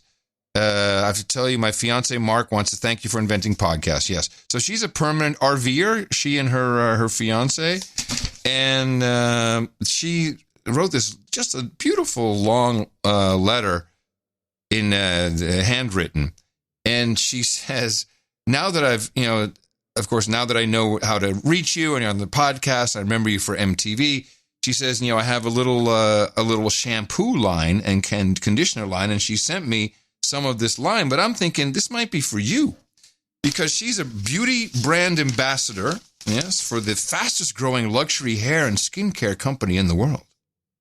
But what's cool about this is these plant-based ingredients and proprietary hair growth ingredient for all ages, men and women. It makes your hair grow. And she gave me the black 2-in-1 shampoo conditioner, contains twice the hair growth ingredient. See, I can't have this. My hair grows very fast. And then this Restore Leave-In conditioner, which will keep your hair soft and shiny. And then the Intense Repair treatment spray, which also promotes maximum hair growth. I think I would like to send this to you. I need that more than you do. That's for sure. Everybody knows that. She also sent us a check for $200, which is much appreciated, and she will be on the list for associate executive producers. But I'd like that to go through the system so we can have it all written down. So you'll get named. I'll send it off to the P.O. box, and we'll get it through the system. You'll get your associate executive producership. Please don't send checks to me. Send them only to the No Agenda P.O. box. It messes up our system. It's very odd, but it really goes to one. There's one bank, and the bank happens to be down the street from me. That's pretty much it. All right, let's close it out. What you got? Well, I got one. I got the funny clip of this clip that people have been passing around. It's a tough sheriff in Polk County. Telling people to get, it's just... yes, I've seen this. This is the Polk County Sheriff in Florida telling people that, don't come in our neighborhood or you're going to get shot. But we have received information in social media that some of the criminals were going to take their criminal conduct into the neighborhoods. I would tell them if you value your life, you probably shouldn't do that in Polk County. Because the people of Polk County like guns. They have guns. I encourage them to own guns. And they're going to be in their homes tonight with their guns loaded. And if you try to break into their homes to steal, to set fires, I'm highly recommending they blow you back out of the house with their guns. Merca. Merca. Yes. Merca. You had one more? No, that'll do it. Oh, that'll do it? Okay. Well, we do have some great mixes coming up. So I will say in advance, we need to thank, the Deaf, Dumb, and Blind Night. We've got Kyle Davis. We've got Sir Chris Wilson and Jesse Coy Nelson. That's all I could jam in. I got a couple left over that I'll do on Sunday, of course. Nick the Rat coming up on noagendastream.com. Special guest, Darren O'Neill. That should be an interesting experience. Oh, yeah. That's a good one. Remember us at Dvorak.org/NA. Keep your eyes open. They're scamming you. Gosh darn it. And coming to you from Opportunity Zone 33 here in the capital of the Drone Star State, Austin, Texas. FEMA region number 6 on the governmental maps in the morning, everybody. I'm Adam Curry. And from northern Silicon Valley, where I look out and see traffic looks pretty close to normal, I'm John C. Dvorak. We return on Sunday right here on No Agenda. And please remember us at Dvorak.org/NA. Until then, adios, mofos, and such.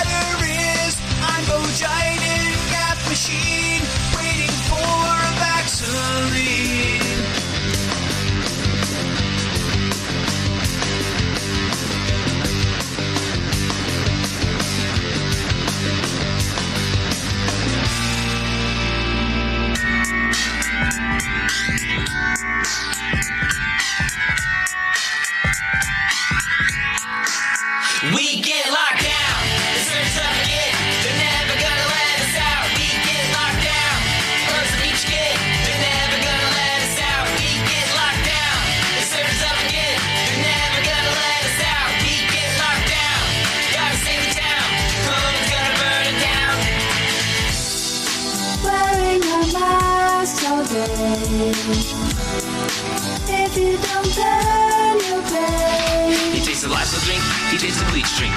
He takes some chloroquine and some Ziggy Zinc. He's staying 6 feet back in the long lines. He's staying 6 feet back in the short lines. Oh, Donnie boy, where is our Vaseline? We get locked down. The searchers up again. They're never gonna let us out. We get locked down. Close the beach again. They're never gonna let us out. We get locked down. The searchers up again. They're never gonna let us out. We get locked down. Gotta save the town. Cold's gonna burn it down. We get locked down. The searchers up again. They're never gonna let us out.